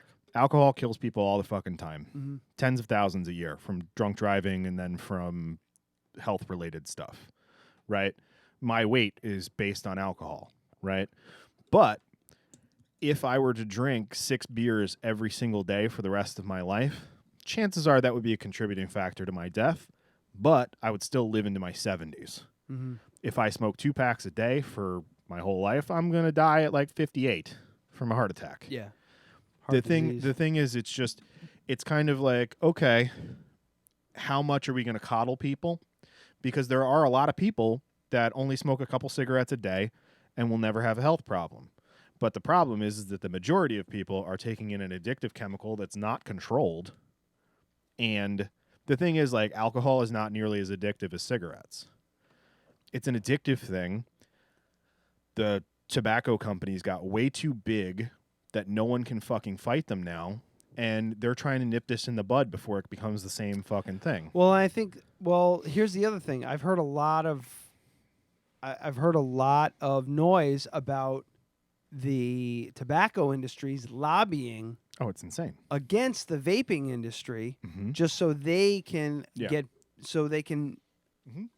help their profits. This is a big win for them. It's a huge win for the tobacco industry. But I've also heard a lot, and like I haven't done a ton of research on it, only because I don't fucking care. Vaping fucking shit doesn't really. Well, the thing is, it should be. I heard that like the deaths, a lot of the deaths and sick and illnesses and everything that were related to this was from people buying black and I use the black term market marijuana loosely. Black market marijuana, black market just regular vape juice. Yeah. Like it's underage kids buying this shit. Yeah, stuff that's another problem is when stuff's illegal, people get things via illegal means. Yeah. The thing that what they need to do is they need to figure out some sort of a punitive measure that makes it so that kids don't want to do it. First and foremost, they shouldn't be allowed to advertise at all. Yeah, that's the thing. The cigarettes and all that stuff. Cigarettes, how are there still cigarette ads and stuff? That's fucking crazy to me. I don't know. Are they in magazines and stuff? Yeah. Pull out a fucking Maxim. Really? Yeah.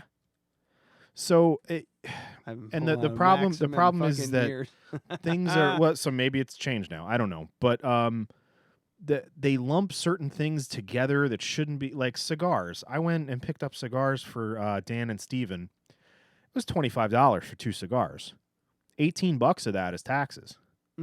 It's like 90% tax. Yeah.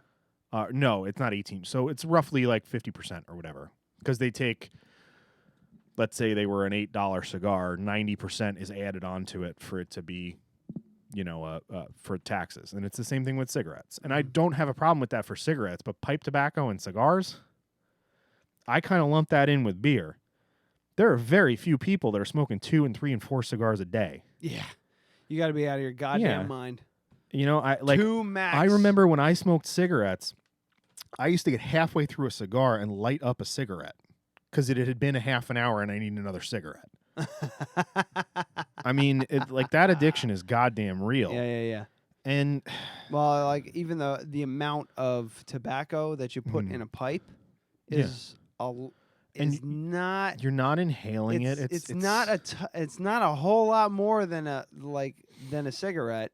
and you're not inhaling. But the thing is, if you took a cigarette and you just puffed it like you did a I cigar, inhale, though. well, I'm bad at that's that. fine, but it's not as much. And are you doing it right now? Have you done it today? I haven't. There you go. You're not addicted to nicotine. It's just well, with the vape stuff, they're specifically going after flavors too. Yeah. Because they're saying that the flavors are what are attracting kids. I know grown-ass adults that can't wait for the Boston cream donut flavored vape juice to come back in stock. That's the thing. They're saying that because that sells. Yeah. But the thing is, if you outlaw flavored vapes, 95% of people are going to stop doing it. You think so? Or they'll turn to cigarettes. It's like tobacco and menthol. Like menthol's allowed. Yeah. Which is weird. But, I mean. And the thing is, people are, it helped me quit smoking. No, you're still fucking smoking. You're still doing something. You just replaced it with something else. Yeah, that, this one woman that it's probably better than smoking, but I don't know. Like, and I'm sure that somebody would say, well, what if they outlawed alcohol? That's not the same fucking thing, because if you want to outlaw alcohol, you should also outlaw cheese. You should also outlaw fucking French fries. Soda. Soft drinks. You know, and that's the thing. The amount of taxes that I pay on beer, you should absolutely be paying that on soda. Yeah, it's all garbage. It's garbage. It's bad for you. This is not good for you. I had a Coca-Cola in a can yesterday while we were setting up, and it was like I took a sip. It's like crack. It was like, like a brain burst or some shit. I was like, God damn! Yeah, I dude. forgot how good these fucking things are. I had a Captain Morgan in a Boylan's root beer. Ooh. It was so fucking good. It was divine. Yeah. I was like, this is the most amazing thing I've had in a long, and like I've had a lot of good shit in the past couple of years. Like these beers are awesome. I had fucking waffle fried, but when that high nachos, when that high fructose corn syrup hits your taste buds, and your boy. fucking amygdala, whatever's the pleasure center of your brain, I don't fucking know. That's it. And the thing is, I like working at a restaurant now. I'm almost surprised when people order a soda. Everyone just, I'll have a water. It's amazing to me. Oh, is it a lot? Because like I remember like going to a restaurant, like you got a Coke and pizza. Like, that's what everyone did. Yep. And now everyone's like, I will have a water. You know, you have unsweetened iced tea? It's crazy. Yeah, that's like true. that we've been able to break that kind of sugar addiction, but I'm sure like a certain percentage of the population, like, oh, I don't drink water. There's people that come in and they are pissed that we don't have soda, like Pepsi in the cooler. Y'all don't have Pepsi? Yeah, I had one lady who was like, I'd like a Coke, and I was like, we don't have Coke, we don't have soft drinks. I was like, the closest thing we have is like that, whatever, grapefruit seltzery thing. Yeah. We don't even have those anymore. Yeah. So I was like, we just don't have that. And then they're like standing waiting for their coffee, and somebody brings up 2 cold brews. She's like, I thought you didn't have Coke. I was like, that's cold brew iced coffee. Would you like one? It's unsweetened. And she was like such a bitch about it. Like I would lie to her that we didn't have a product. Yeah. It's like, well, that's cold brew iced coffee. So sorry. Yeah, we don't even have those she was mad. grapefruit fucking drinks. We just have Cascai, which is coffee fruit soda. And it's like 40 grams of sugar. It's like really not, no, I'm sorry, not 40 grams, 40 calories. So there's like 10 grams of sugar in it. Yeah, I was about to say 40 grams is a lot. That's a lot, yeah. It's like 10 grams of sugar. Because like a tablespoon of sugar is like 5 grams. They're delicious. They're so delicious. I don't even drink them. Yeah. I drink them once in a fucking blue moon when I want a sugar shot, and it's not even that much sugar in them. I usually just do an orange juice when I'm feeling like I'm crashing there. Yeah. Those ones were real. What the hell were those called? It was kind of like a Pellegrino, but not. Alta Palos. Yeah, they're really good with gin. They're great mixers. Oh, we didn't. Speaking of gin. Yeah, so I just We're want gonna do another little fucking. Well, just because I'm gonna finally use a smart water. It's been sitting there for 2 years. It's what are you drinking? It's had something in it at one point.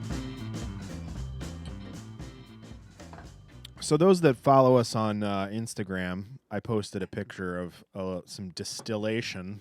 with Chad. Good friend before of the ours wedding. that lives way far away from here, hours away from here. He lives in Napanoch, New York. That's right. It's only like an hour and 15. It's not bad. All right. So we needed some gin for the wedding, so he made us some moonshine gin. And he listened to the show when Tyler was on, or not Tyler. Was it Tyler? Who was on with the?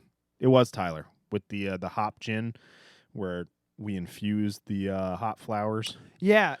Still the one. So and he was saying that that was really good, but the other one was a little lacking. So Chad doubled all the ingredients. Oh. You didn't have any of this at the wedding? Nope. Right. I did, but we were drinking it directly out of the bottle. Yeah, I did. Yeah, I did have it. However, you were drunk already. I had So this is the last of heavily. it. This is the last of it here. Ooh.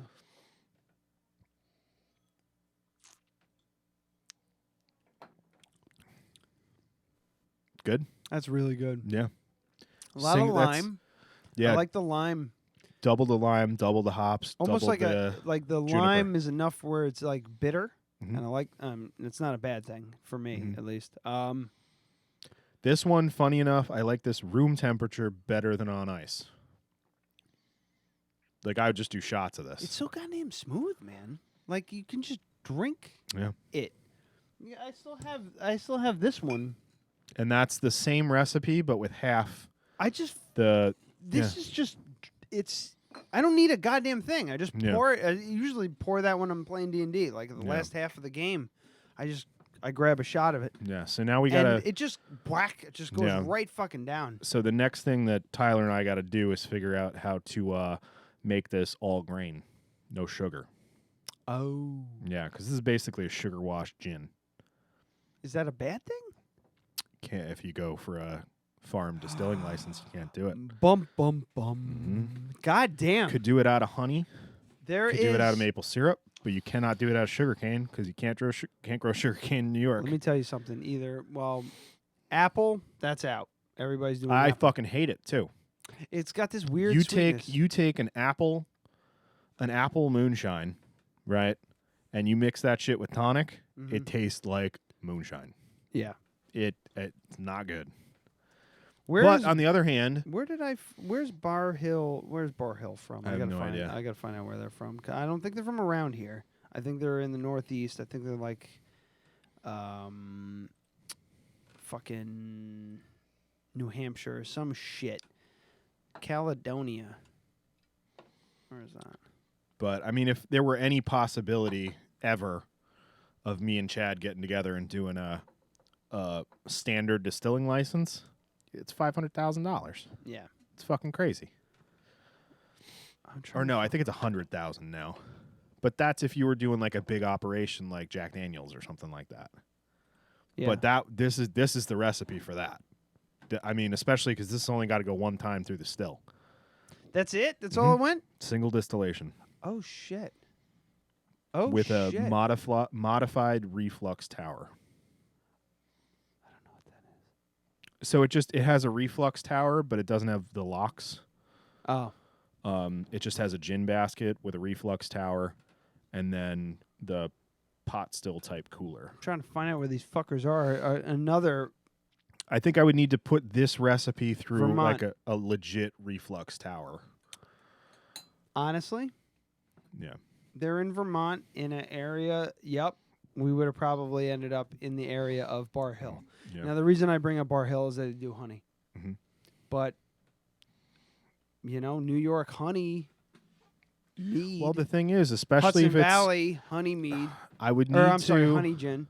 What I would need to do, and Chad and I have been talking about this. That the way that you could stick to it, it's not clear. Like it says 90% of the ingredients, but what do they mean by 90% of the ingredients? Do they mean 90% of the fermentable glucose? Yeah. Like the way that I read it, I could be like, well, it's 90% water. Yeah. It's New York water. All the water is from New York. That it's not It's true, clear, man. but I think that you'd be opening up Pandora's box trying to fucking play that card. Yeah, absolutely. And then, Absolutely. you know, then they're going to fucking sue you, and then you're going to counter sue, and then you're going to fucking die on that hill. Yeah. So I think the best thing to do would be to take 2 separate fermentations, right? Mm-hmm. One is straight honey at 15% alcohol potential, and then the other one is straight sugar at 15% alcohol potential, and you take 9 parts honey wash and 1 part sugar wash. Then you are definitely falling within that. Let's spitball here. You got an idea? Sure. Might be Michael Scott. That's kind of just to idea. save money. That probably wouldn't change flavor either. Well, all that aside, what? This is throwing all your eggs in one gin basket. I haven't been doing any titles, by the way. But so. I know. I'll write that one down. But what if you do multiple gins with multiple sugars? You have a grain gin. Mm-hmm. You have a maple syrup gin. Yep. You have a honey gin. You have an apple gin, all from New York. Mm-hmm. Your way. Yeah. Oh, I would be doing that. I've already thought about that. Oh, okay. Not specifically going with the base sugar, but with flavorings. Mm-hmm. So what I was thinking about was doing. So like, yeah, but was doing. Is different, that too much? No. Is what I'm asking. No. You'd want to do that, especially at first. But one thing I was thinking of, because I'm like, half my day is fucking downtime, and I'm just thinking about stuff. Mm-hmm. And one thing I thought about was doing a hop series. So hop gin, this recipe, one with orange and one with lime, because there's chamomile in this too. Of course there is. So instead of doing lemon, which most gins have lemon notes, do orange and lime. And here's my branding thing, right? Go into Arlington Wine and Liquor and look at all the bottles, right? Then go into halftime, look at all the beer cans. Yeah. What's the fucking difference? Big difference. Yep. All the fucking Nothing liquor jumps is out. all hoity-toity, That fucking fancy. That fucking gin I got for you for your that engraved bottle that Yeah. we got you. which is excellent, by the way. Is it good gin? Yeah, I'll bring it after Iceland. I'm not going to finish Great, it off. but yeah. one of the reasons why was the labeling. Mhm. I was like, that's kind of funny and it's fun and it's cool and it was local. That was the big Yeah. reason.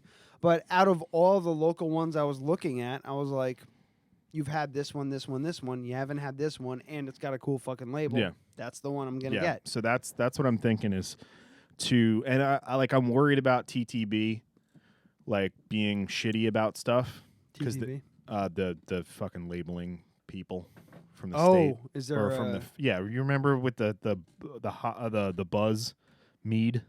Oh, Yeah. Christ. Yeah, man. Yeah. What a weird goddamn thing that Yeah, is. it's fucking Like stupid. to have to worry about So- your fucking labeling. Yeah. So I'm thinking But this doesn't look like a so- goddamn energy drink to you. It sure as shit does to me. It's got Yeah. superheroes on the Yeah, front but of it. really, really quick. Don't even play the bumper. But I finished my other 2 from Kings County Brewers Collective. Oh, yeah. One's called Sonic Rocket, and the other one's called Superhero Sidekicks IPA. And so this is a little hazy, very good. The Sonic Rocket is a West Coast IPA, much better. Ah, there Yeah. we go.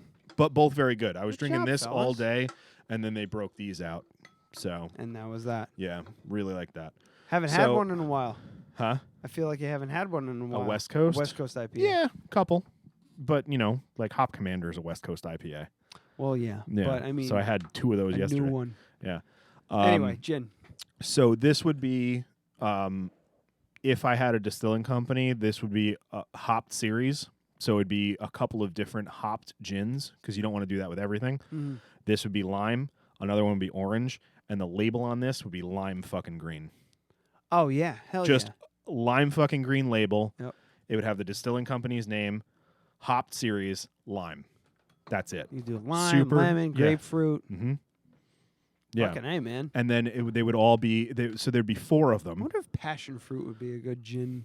But the idea would be that the label would wrap totally around. There'd be nothing on the front except for those 4 things. Mhm. And it'd be bold, simple, font, so you could see it across the fucking room, and neon lime green. But like lime skin?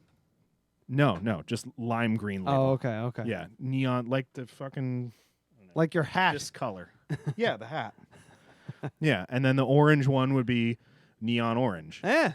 And that would be the hopped series. So that wouldn't be everything. But then You do grapefruit, neon pink. Imagine Ryan Brown doing labels Fuck yeah. for gin. Yeah. And nobody's fucking doing that. Ryan Brown is your fucking guy for a Yeah. beer label. Oh, hell at yeah. this point. Yeah. Like he's your guy. He's gonna come up with something fucking wild. Yeah. And yeah. So that's my plan for, Nah, man, I think it's distribution, and I have a 5-year plan based on this, but we got to pay off the wedding before I can even think about it. So we did pretty well, dude.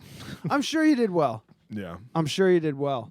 Yeah. It's just like it's still It's a ton. It's still you're It's just a like ton of God money, but I mean, damn, how did this happen? How did this get everybody this high? was really, really generous.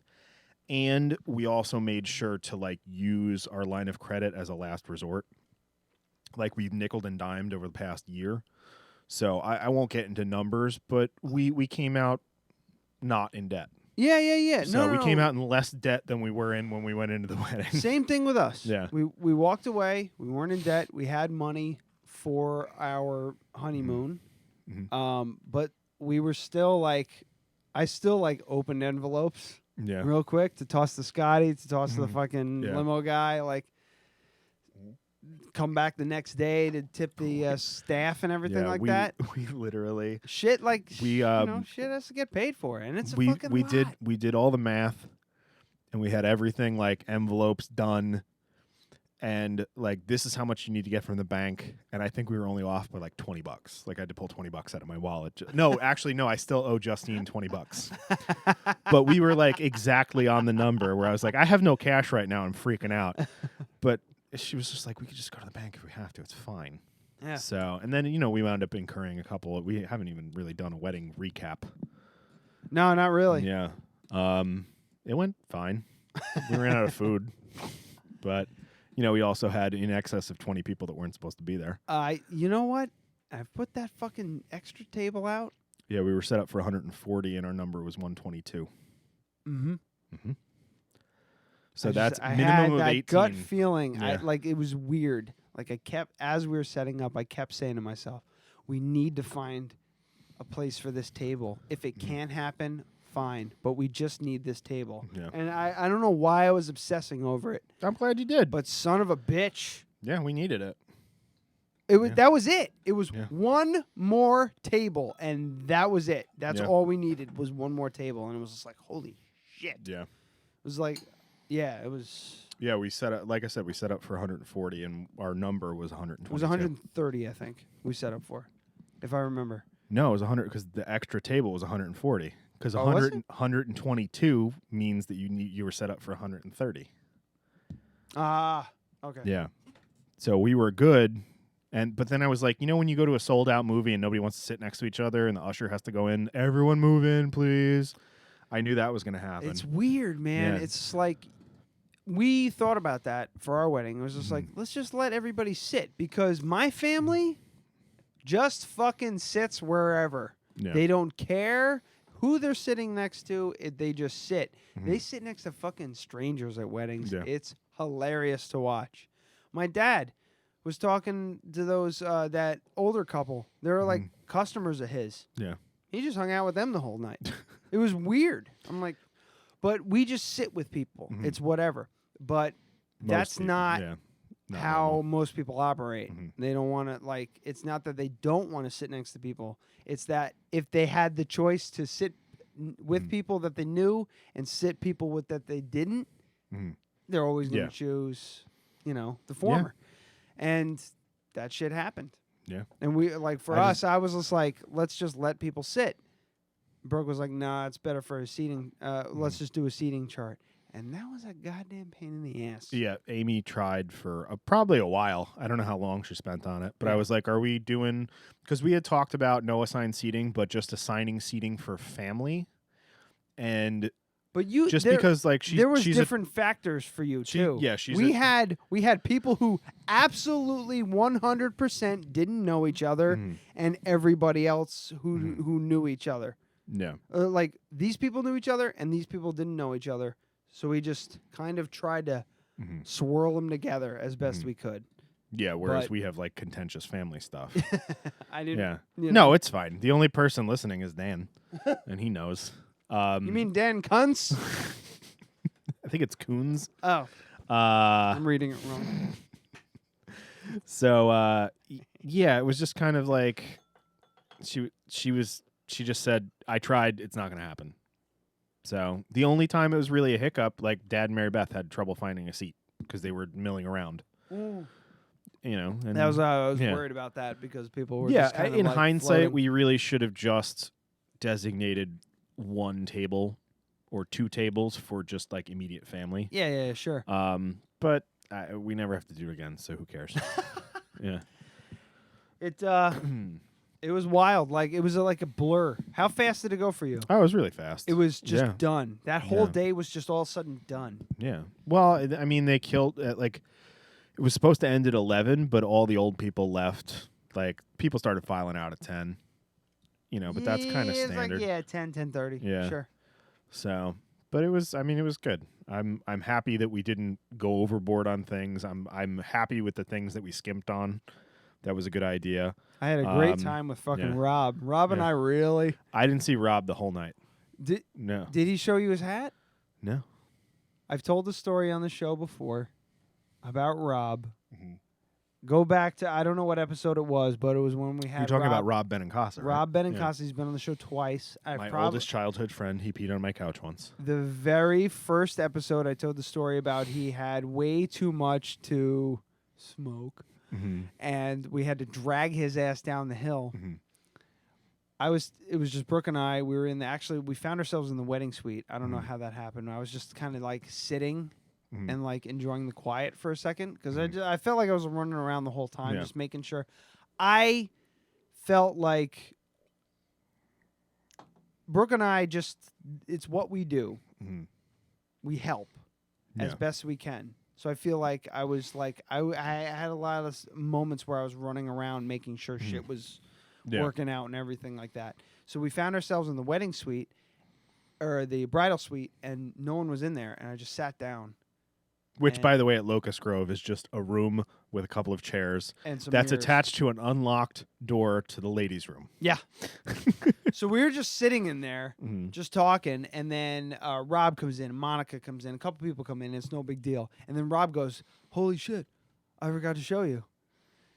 He puts on the fucking Sublime hat that he was wearing on that night. fateful night. The first night I've ever met Rob, that I dragged him down a dusty, dirty hill, completely incapacitated, wearing his Sublime bucket hat. He brought it specifically for the wedding, and he forgot to put it on. So it was like 10:15, 10:30, and he was just like, "Oh, check this out." Was he going to wear it like down the aisle? That would have been funny. Like he was planning on putting it on at some point and just wearing it and waiting for a reaction, and just got lost in the shuffle. I was running around so much. It got to a point where I was like, I'm not drunk yet. This is a problem. Like this is not how this is supposed to be going. I wasn't drunk at my wedding either. Like we got to the hotel after, and then I started feeling drunk. Yeah. And then I started feeling tired. Nothing fucking happened. It was just like we sat in the jacuzzi and fell asleep. Oh, that's good. Like we were naked in the jacuzzi, asleep with full wine glasses next to us. Yeah. It was brutal. We stayed up for a while because she didn't really drink at all either. But it was just at a point where like I had a plate of food and I sat down. I was like, now I get to do nothing, right? Holy shit, I get to do nothing the rest of the night. That wasn't the case, but I was just like... It lasted for like 15 minutes, maybe. I was like, okay, no. I'm not going to not have a drink in my hand for speeches and stuff. So I went into the suite and grabbed 2 bottles of wine and just chugged them, basically. I had a whole one done before, like, any of the speeches started, and then I had the other bottle like hidden because we had like good wine for us. Yeah. Because we're smart. Sure. Well, like that was the thing. I was pouring champagne. I had champagne glasses. They're small. Yeah. So you have one. You're carrying it around. You're taking a sip. You're talking. Great. You put it I've down. had half you a lose drink. it. You come back. You blah blah blah blah. Blah. I had like one beer from your dad, and then it kicked. And then it kicked, and it was just like, this is my wedding. We keep flip flopping back, and I'm just like, this is the way I relate. That's all. Yeah. And it just, by the end of the night, I'm like, I feel fine. I could have driven here. Yeah. We didn't have to hire a limo, but no one's gonna drive to the, no one's gonna make your wedding getaway in a fucking 1992 Pontiac Grand Am. You were still driving that fucking thing back then? Probably. I You don't didn't fucking have, you know. didn't have the Great White Hope? I think no. No. I think it was the. That was your Blazer. You had the No, Grand it was the Blazer. I had You the had Blazer. But it was much newer then. I still could have made. I absolutely could have driven like perfectly fine straight. Yeah. Well, And we then, picked like, Locust Grove because we could walk. Yeah, exactly. Yeah. You stumble. Did you out. guys drive? We went to the Hampton Inn, and there is a really nice bridal suite. Yeah. Like it was surprising. Brooke was No. like, I'm talking "Oh, I about have it. I'm talking about my wedding. We Brooke drove. Brooke drived. Brooke drove. I didn't. I couldn't. Joe absolutely could not. Absolutely. Like he was helping us break down. It was more of a hindrance than anything. Joe is one of those fucking- people. Like he drinks. Joe drinks, but he like drinks to the point of someone who like drinks every day, but he doesn't drink every day. You know what I mean? Like he was a fucking mess. So like It's Joe, hilarious. So Joe and I, like we could probably like at a party we'll match like beer for beer, but he shouldn't. Like he needs to put on another 90 pounds to drink the way that he a goddamn does. mess. This is the same guy. When we had Joe's bachelor party, we talked about it on the show. He gets to the point where he is a 5-year-old. Yeah. He just does stupid shit. The best You're example. Like, stop. The stop. best What do you example do? was stop. The We're best trying to clean example up. was he had butter on his hand, so he thought it'd be a good idea to wipe it off in his fiance's hair. Oh, they weren't even engaged at the time. They were just dating. So he just rubbed butter in her hair, and she's like, "What are you doing?" Meanwhile, Monica, who's drunk, so she's drunk, helping clean up and taking care of Joe at the same time. Not taking care of him, but like making sure he doesn't get into anything. Why is he a 2-year-old when he's drunk? It's so weird. God damn it. It was funny though, man. It was fucking funny. But yeah, it was wild. I'm glad my speech went well. Yeah, it was great. I don't even remember mine. I felt like I was going to throw up. Oh, at yeah, your my wedding? I fucking hate public speaking. Yeah. The funny thing is, like, getting on a mic and just going, "Hey, fuck faces," you know, like when I was announcing, like, all you assholes ate 20-something pounds of pork in 4 minutes. Yeah. Like, I was fine with that. But to have, like, someone announce me and then me walk up to a place and everyone's expecting me to say something, I'm much better off just ad-libbing. It's weird. Like, I specifically, I was looking around, and I specifically look for faces that I know. If I'm in a room, I knew I'd be. I do the opposite. See, I let my eyes glaze over. I don't look at anybody. No, see, there is that. That happens. But I look for faces, and I see if they're smiling. If people that I know are frowning, I know I got to pick it up, or if they're deadpan. So I kept looking at you, and you were like, you had a panicked look in your eye. Did I? That's what I saw when I was doing my speech. That's why I stopped. I wouldn't look at you. I was looking at Amy a lot. I think at she that had a point, nice smile on my face. You were like this. I think at that point I was like thinking in my head, I should be 9 drinks ahead of where I am right now. You had this face on like Like I was just saying cunt over and over and over. I'm like, am I saying cunt?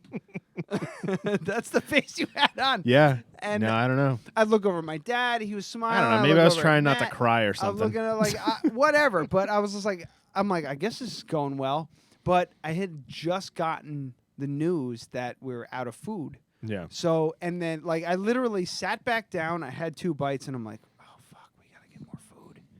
And like Brooke and Amber had that taken care of, but I'm sitting there waiting for them to be done taking care of it. Yeah. And I'm like, holy shit, this is crazy. And then all of a sudden you're like, pat me on the back. You're like, all right, you're on deck for speeches. And I was like, great. Yeah, it was quite a distraction. The funniest thing with the food was everybody freaked out about it.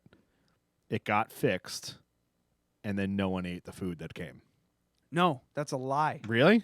That's a total lie. Amber was telling me there was a ton of leftovers. She's a liar. Okay. She's a fucking liar. All that pork was that there was because I basically told her, I was like, anything that you bought that's like store bought, I don't want to take home. There was an eighth of that tray of the pork gone. Half of at least half of the macaroni cheese was gone, and then whatever else they got was picked apart. So it was I got rid of a lot. We got rid of a lot of food, but it's still in my mind. I'm like, oh my god, because all we're doing is trying to make it so that the day worked out well, and it worked out, and everything was taken care of. That was my goal at the end of the night. That was Brooke and I's goal, because we were like, that's just us. Yeah, we're part of it. We're trying to help be a part of it and fix it. But like when I was up. I'm up doing that speech. I missed a bunch of shit. Yeah. Because I was just like... I had mine written down. I had to, like, read off a piece of paper. Oh, yeah? Yeah, but that's like... Yeah, you don't... I mean... Well, I had notes and stuff, and I knew what I was going to say, and I knew that it was going to... I was going to fill in gaps and kind of piece it all together. And the other thing was, like, the speech that I don't know if it came across that way. I tried to write one. A couple times. It just wasn't coming out. It sounded fucking weird. Yeah. And that thing with Amanda when we were taking pictures with the bridal party before, where that was perfect. Yeah. Where she was like, put your hand on his shoulders and look like, at him and smile. I want you to physically touch your best man. Yeah, we do that twice a year. Yeah. We both were like, we don't do that. I literally, like, I pulled out my notebook. I wrote that shit down. I put, not the notebook, the piece of paper that I wrote that down in big letters across the front of everything. And I put it back in my pocket because that was kind of that jumping. That was the thing that linked the fact that I couldn't get a speech together for us. Because it's like, we're not sentimental fucking dudes. We don't do that kind of shit. And it's not that I don't want to. No, it's like me. Well, but it's like, that song, Cat's Cradle? No, that's a different song. What the fuck is his name? The guy, he's a comedian, but he plays songs. The song is If I Were Gay. Steven, God. That's going to drive me nuts. Anyway. Steven something. He has that song, If I Were Gay. Yeah. That's like me and Joe's song. That would never be a me and you's song. Yeah. Like, we go to Clutch concerts and don't, like, there'll be an hour in the car where we don't talk. Stephen Lynch, yeah. God damn it. Yeah. So, yeah, that's like me and Joe's song. That's not you and I. That is not our relationship. Yeah. It's just like, and it was hard to, define that. And, like, I can't write a speech for that. You don't like, for Tony, me and Tony, different. I was able like to, me and Joe. Exactly. Yeah. Can't write a speech. I wrote a speech out, memorized it, boom, done. Added a little few things, minor things. So we're just more nuanced. Yeah. Yeah. It's our relationship is 100% like that time that you thought municipal was a word. Exactly. That is a perfect definition. Where you just were like, huh? Okay. Yeah. Okay, keep coming. You're 100% wrong. Smash! I hear you, but you're wrong. It just, but whatever. Like, I'm glad that went well because I was a little bit worried about that because I didn't have anything prepared. And I know that, comedians, and not to say that I'm a comedian, but I know that performers, entertainers, when you go up there and you're reading off of something, it's that little bit extra when you're not. Yeah. So that was... Well, that was also why I waited till, this is going to sound wrong, but that's why I waited till, the day before to write my vows. It was probably easier, yeah. Because if I spent too much time on it, it would have sounded rehearsed. It would have been printed out. I would have gotten in my head too much. It would have been too long. It wouldn't have been correct. It wouldn't have been me. And I made myself cry. I mean, if I practiced it 40 times, it wouldn't have been as correct. Right. It just wouldn't have been right. Yeah. So whereas your the speech that I gave at your wedding, I don't remember it at all. But I also I was so stressed out about it. I spent 2 fucking weeks on it. It was a whole I had people proofreading and helping me, and that's just wasn't the way to go. I should have just went up there and told 2 dumb stories about you and Brooke. Honestly, I remember the cinnamon thing, and that's pretty much it. The cinnamon challenge? Yeah, you talked about the cinnamon challenge, which was great. But the rest of it was you're so in that moment. You're getting married. It's your wedding. You've planned this. It's happening. Everything is cloudy for me. Yeah. And not because I was drinking a whole lot, just because everything was it was 10 years. A, it was 10 years ago. Yeah.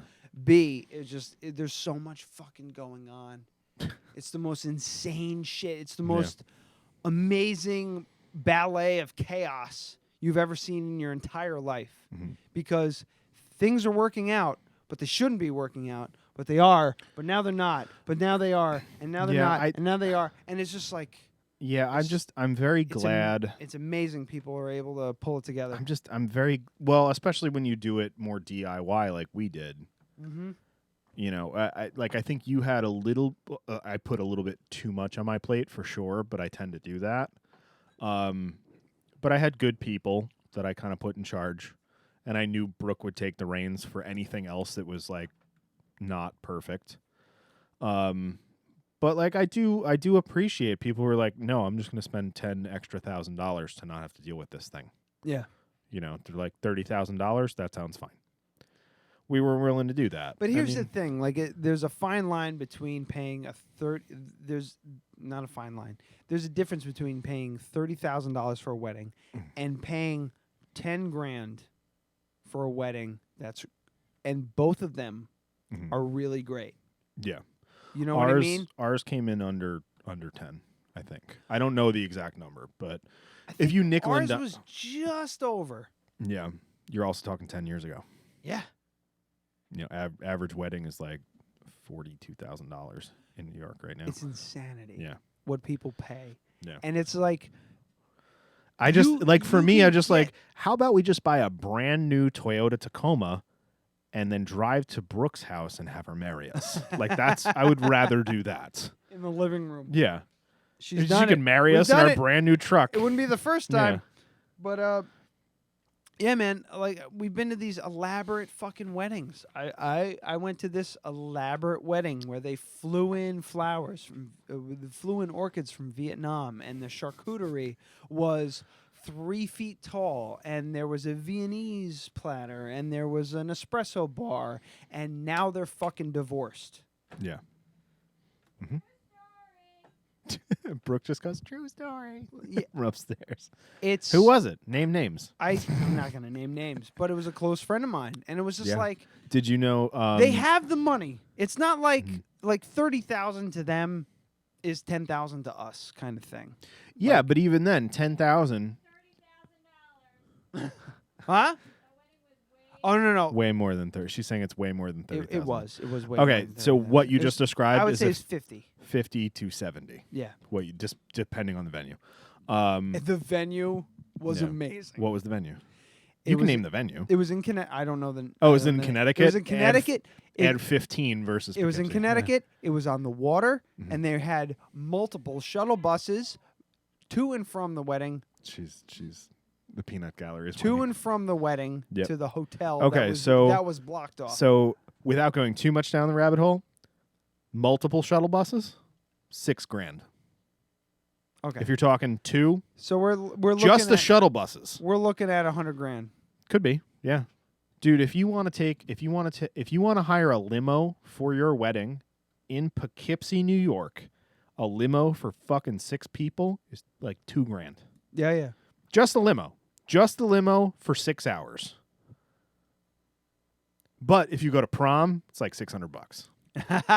It's fucking crazy. Yeah, sure. So, so you're talking just those shuttle buses. That's 6 venues, 12 food. Then that doesn't include the food. That's another 8 or 9, and then open bars another 5. But here's the thing. Yeah. Here's the other thing. They had a steak dinner, a plated. That probably wasn't very steak good, dinner, right? and it sucked. I had a plated steak dinner at the Grandview. That was fucking amazing. Yeah, it's because the Grandview kind of knows what they're doing. So it's just like So they probably brought in a caterer from outside. That's the Grandview. Fuck the Grandview. I'm just gonna say that I'm a wedding photographer, Adam Patane Photography, or Track 7 Studios. Fuck the Grandview. I'm not gonna get blackballed. Who fucking cares? That place sucks. But it sucks because it's a place I would never fucking get married. The food is good. I've never had a problem with the food. No. But why the fuck would you want to have the same wedding as every other person that's gotten married there? Yep. Why the fuck would you want to get married in a place that's having 3 weddings at the same time? Crazy juggling that. Fuck that. I It don't understand that shit. We would have gotten married in a backyard if it was cheaper. You got to come downstairs if you're going to be She's on just the show. yelling. Brooke's yelling. Yeah, she's furious. Yeah. She gets furious over wedding shit. Yeah, it's fucking crazy. Because, well, when you're knee deep in it, and then you come out the other side, and you do a successful wedding, and then you see other people paying out their assholes for all this extra shit that, I mean, do you need it? Kind of stuff. No. Do you need a Viennese fucking platter, or do you just need a piece of cake? People just want to... Do you need a coffee bar, or do you need just drip coffee served? Do you need do you need an open bar and all top shelf? You certainly fucking don't. Yeah, open bar, all top shelf. You're paying I was drinking roughly 40% more than people actually drank. I forgot that too. Open bar, top shelf shit. Yeah. I was drinking amazing whiskeys. Yeah, you got to think all of night. You got to think of that per head because they're doing. I mean, I don't know the venue, but off the top of my head, I mean, if you're booking the Grandview, you're gonna book the space, and then they're gonna talk to you about packages, and part of that is gonna be okay. So what food do you want? This food is. I mean, I don't even think they have anything cheaper than 40 a head. No, Yeah. 40 a head? 50 Yeah. a head is probably Yeah. the cheapest. I guarantee you. 55. So that wedding that you're talking about, and it's standard. It's steak, chicken, fish. Probably 80 a head. There was probably But it's a different 200 it's going to people be there. Yeah, so you're talking 80 a head just for food.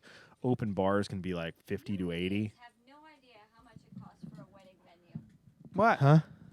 80 a head? It was 55 a head for ours. That was a discounted price that they gave us at the No, I'm talking about just the Grandview. When we just looked the at food. when we looked at the Grandview, the bottom line was 60 a head. No, it wasn't. It was 99 a head. But that includes open bar.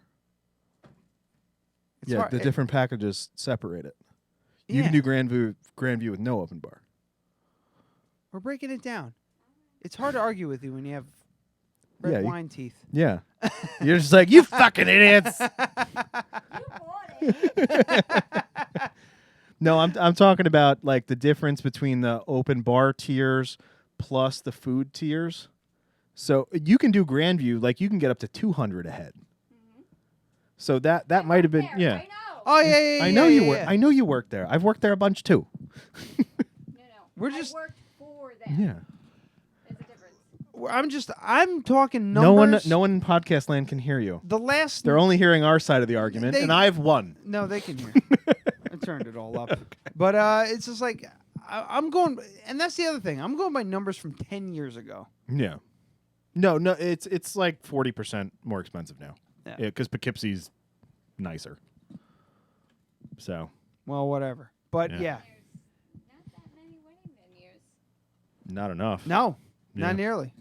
But you know, They what are you just gonna keep do? putting condos right by the river there. I just know from when I was working there that dates were a hot commodity.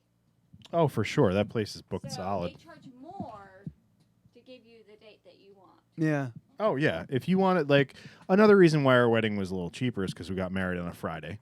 Mm-hmm. And it was a Friday the 13th. Mm-hmm. So, yeah.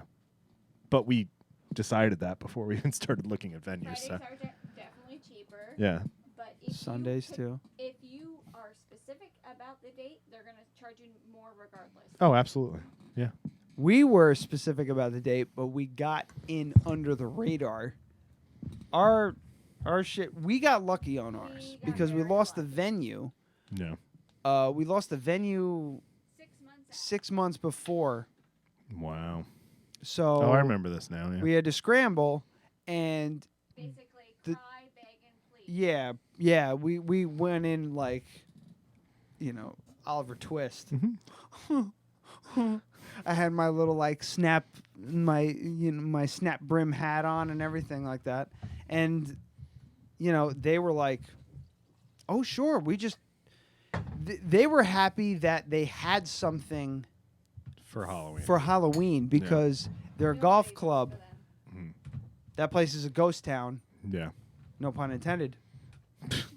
After golf season, so they were like, "Sweet, October 31st is a fucking cash injection," and we kind of were like, "Well, we just don't have the money." And then they were like, "Well, we'll knock it down here, and we'll knock it down there, and we'll knock it there." They cut every fucking corner they could for us, and we were like, "That's fine, that'll work." And meanwhile, we were like, "Thank fucking God, we found a place." Yeah. It just, whatever. But yeah, the moral of the story is weddings are a pain in the ass, and they're scary, and it takes a shit ton of work and a shit ton of money, and it's kind of nuts. Yeah. And it's like I feel like it's obligation almost. You're obligated to invite these people. And it is like meanwhile, that, and it's a lot of work. Most of the people are just like, you can take it or leave it. But then those people are like, well, we should show ourselves to show some respect and blah, blah, blah, blah, blah. But meanwhile, the bride, the groom, the bride and the groom aren't going to fucking really notice that much. Yeah. The day of, it's not going to really matter in the end. I think the way to do it and to really have fun would be to bring in a caterer that's going to handle all the food and all that stuff. That was not necessarily where we fucked up. It was just more, what we wanted versus how much we could afford. Yeah, exactly. Yeah. That would have alleviated your stress. But the food would have sucked. I mean, would it have sucked or it would for it the price for the price that we could afford. The pulled pork wouldn't have been as good. I know that fucking for a definitely fact. not. God damn. Yeah. Your father knocked that shit out of the park. Honestly, the only mistake that was made with running out of food was putting it all out at once. Zoe was like, every single plate that we cleared was half full. Really? Well, she was like, we threw out half the food that was there. But that's the thing. Like in my head, when I was online, I was just like, I feel like we're gonna run out of food. And then but the thing said it's a Brooke. But the thing is, if you go, I feel like we're gonna run out of food, you would have taken less. I did take less. Yeah, that's what I'm saying. But you didn't go up first. You know what I mean? What I'm trying to go up first. What I'm trying to say is that if we had like a second round, people would have not had salad for dinner. But that's the thing. Like you make if you would have made if you would have made way too much food, you would have ended up with way too much food left over. Yeah. But that's the fucking trade-off. But the thing is, what we ordered was definitely enough, except for people took a lot too much and extra people showed up. Mm-hmm. So, like, even my plate, I was like, I shouldn't have taken all this food. What the fuck am I doing? I ate every single stitch of it. Yeah. I did because I felt bad. I took like I like the pork. I like. Yeah. And he made it gluten-free just for you. It was so good. Yeah. It was so good. He fucking knows his shit. Yeah. God damn. Multiple people Yeah. said to me, kind of like, this fucking pork is That's great. out man. goddamn Yeah. rageous. So, shit. All right. So we almost done? It's 9 o'clock. We have something to address. Uh-oh. Did I hit it too early, or can we address it now? No, we can address it now. What? Why don't you like Uncle Dan? What do you mean I don't like Uncle Dan? I know you like him just fine. He has a complex and thinks you don't like him. I fucking knew it. I fucking knew it. I saw him. Okay. All right, we have to address it on the show because my uncle-in-law must be respected by the Dead Radio podcast. I fucking knew it. You knew And that I'm he like, thought that you didn't like him? Mm-hmm. All right. I just want to get it out in the open. Because here's the thing with me. Well, no, let's back up. He wanted to do like a Skype interview, like call in to the show. Totally fine. I couldn't fucking handle setting that up today. I got here at like 6:18. He literally, this is what Dan has to do. Mm-hmm. Dan needs to download Skype to his phone. And he sent an invite to Amy.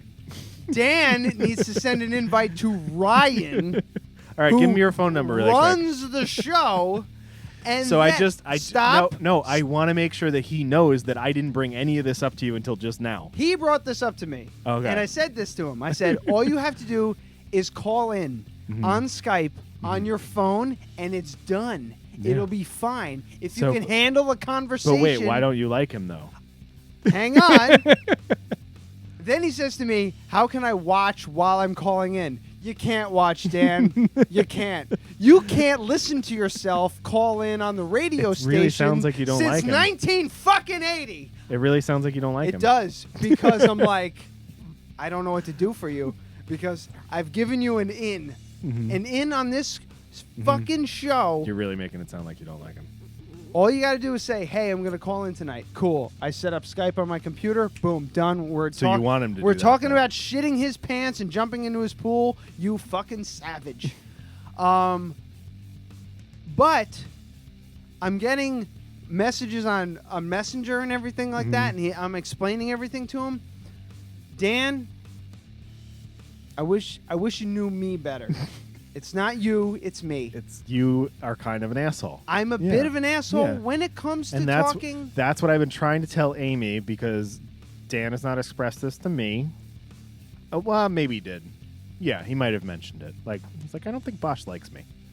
I like Dan just fine. There you go. Here's the thing, Dan. But you seem really angry. Here's the thing, Dan. I'm full up on friends. I'm at my cap. Somebody's got to die.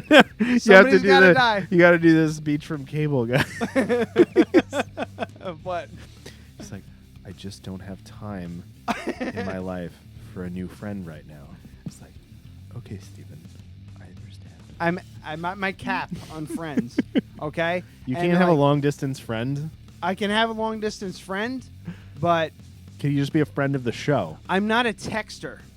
Oh, okay. I don't text well. See, I didn't know don't that you message guys were. well. I didn't know that you guys were in correspondence. He was messaging me on Facebook, Mhm. and it was just like a couple things about the show, calling in the show, no problem, Skype, this and that. And then it was like, how can I watch myself while I'm talking to you? And I'm like, motherfucker, Yeah. It's like, why don't you fucking... how do you play the stereo while watching TV at the same Yeah, time? why don't you pull that fucking... Yeah. All right, fine, you like to party, but... Why don't you fucking pull back on that ego a little bit and just call in and listen later? It's Yeah. cool, man. See, I didn't know about You don't sound this. fucking stupid when you're talking. So I. You're fine. Okay, so your tone tells me that you don't like him, but you're saying that you do. No, I like Dan. I really like Dan. I think he's hilarious. He's a nice fucking guy. But when I get frustrated, it you know me. It doesn't take me much to get frustrated. See, this is what I'm trying to bring out, because remember the couple times where I was just like, you need to calm down. Yeah. Because I'm just trying to tell you something and you're freaking the fuck out. Because the thing is, he messaged me a bunch of times. I stewed like, stop messaging. I'm like, we're good. This is the end of the conversation. We're good at this is the end. And he messaged some stuff back, and I tried to be like reciprocal on All right. that. Well, I'm going to try and poke and prod and make this worse. Yeah, for the show. That's fine. Just so you know. I don't care. I'm like I said, I'm full up on Friends. He's got to start from the bottom and like shuffle his way to the front. Like he's got to get through the mosh pit. He's got to tomahawk some fucking noobs that don't matter. He's got to get to the like Adam number 2. He's that fucker fought and clawed his way to being my friend. Yeah. And even then, don't hang out with him that much. I saw him today because he was driving by while I was playing with the child in the driveway. Hey, man. And we stopped and talked for a little while. And that's like cool. But Dan. So you're saying you're just so popular that you don't have time for this? Yes. I'm so popular I don't have time. No! It's just like I like my space. I like my space. I just needed everyone to understand that you are being an asshole here, and you're fine with that. I'm not being an asshole. I'm being me. I'm being how I feel, and that's how I feel. Okay. I can't it's too much. It's hard enough dealing with it's. So what you're trying to say is that you like Dan a lot, you just don't want him to message you. It's. All right, let's go back.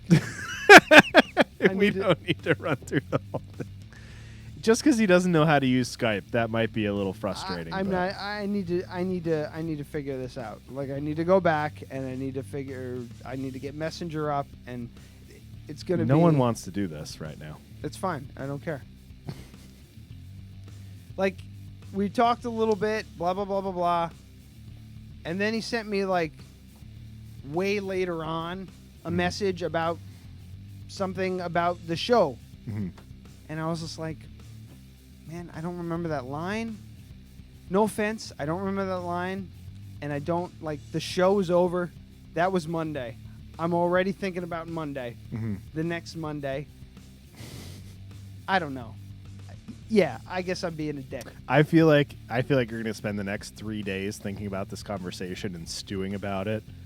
And I've already stewed about it. Just trying to figure out, am I a fucking dick? What did I do? God, fuck. Should I have said that? Yes. That's you there for the I next am. 3-4 days. There I am. Yeah. I was very confident in being like, Dan, I don't feel like talking to you right now.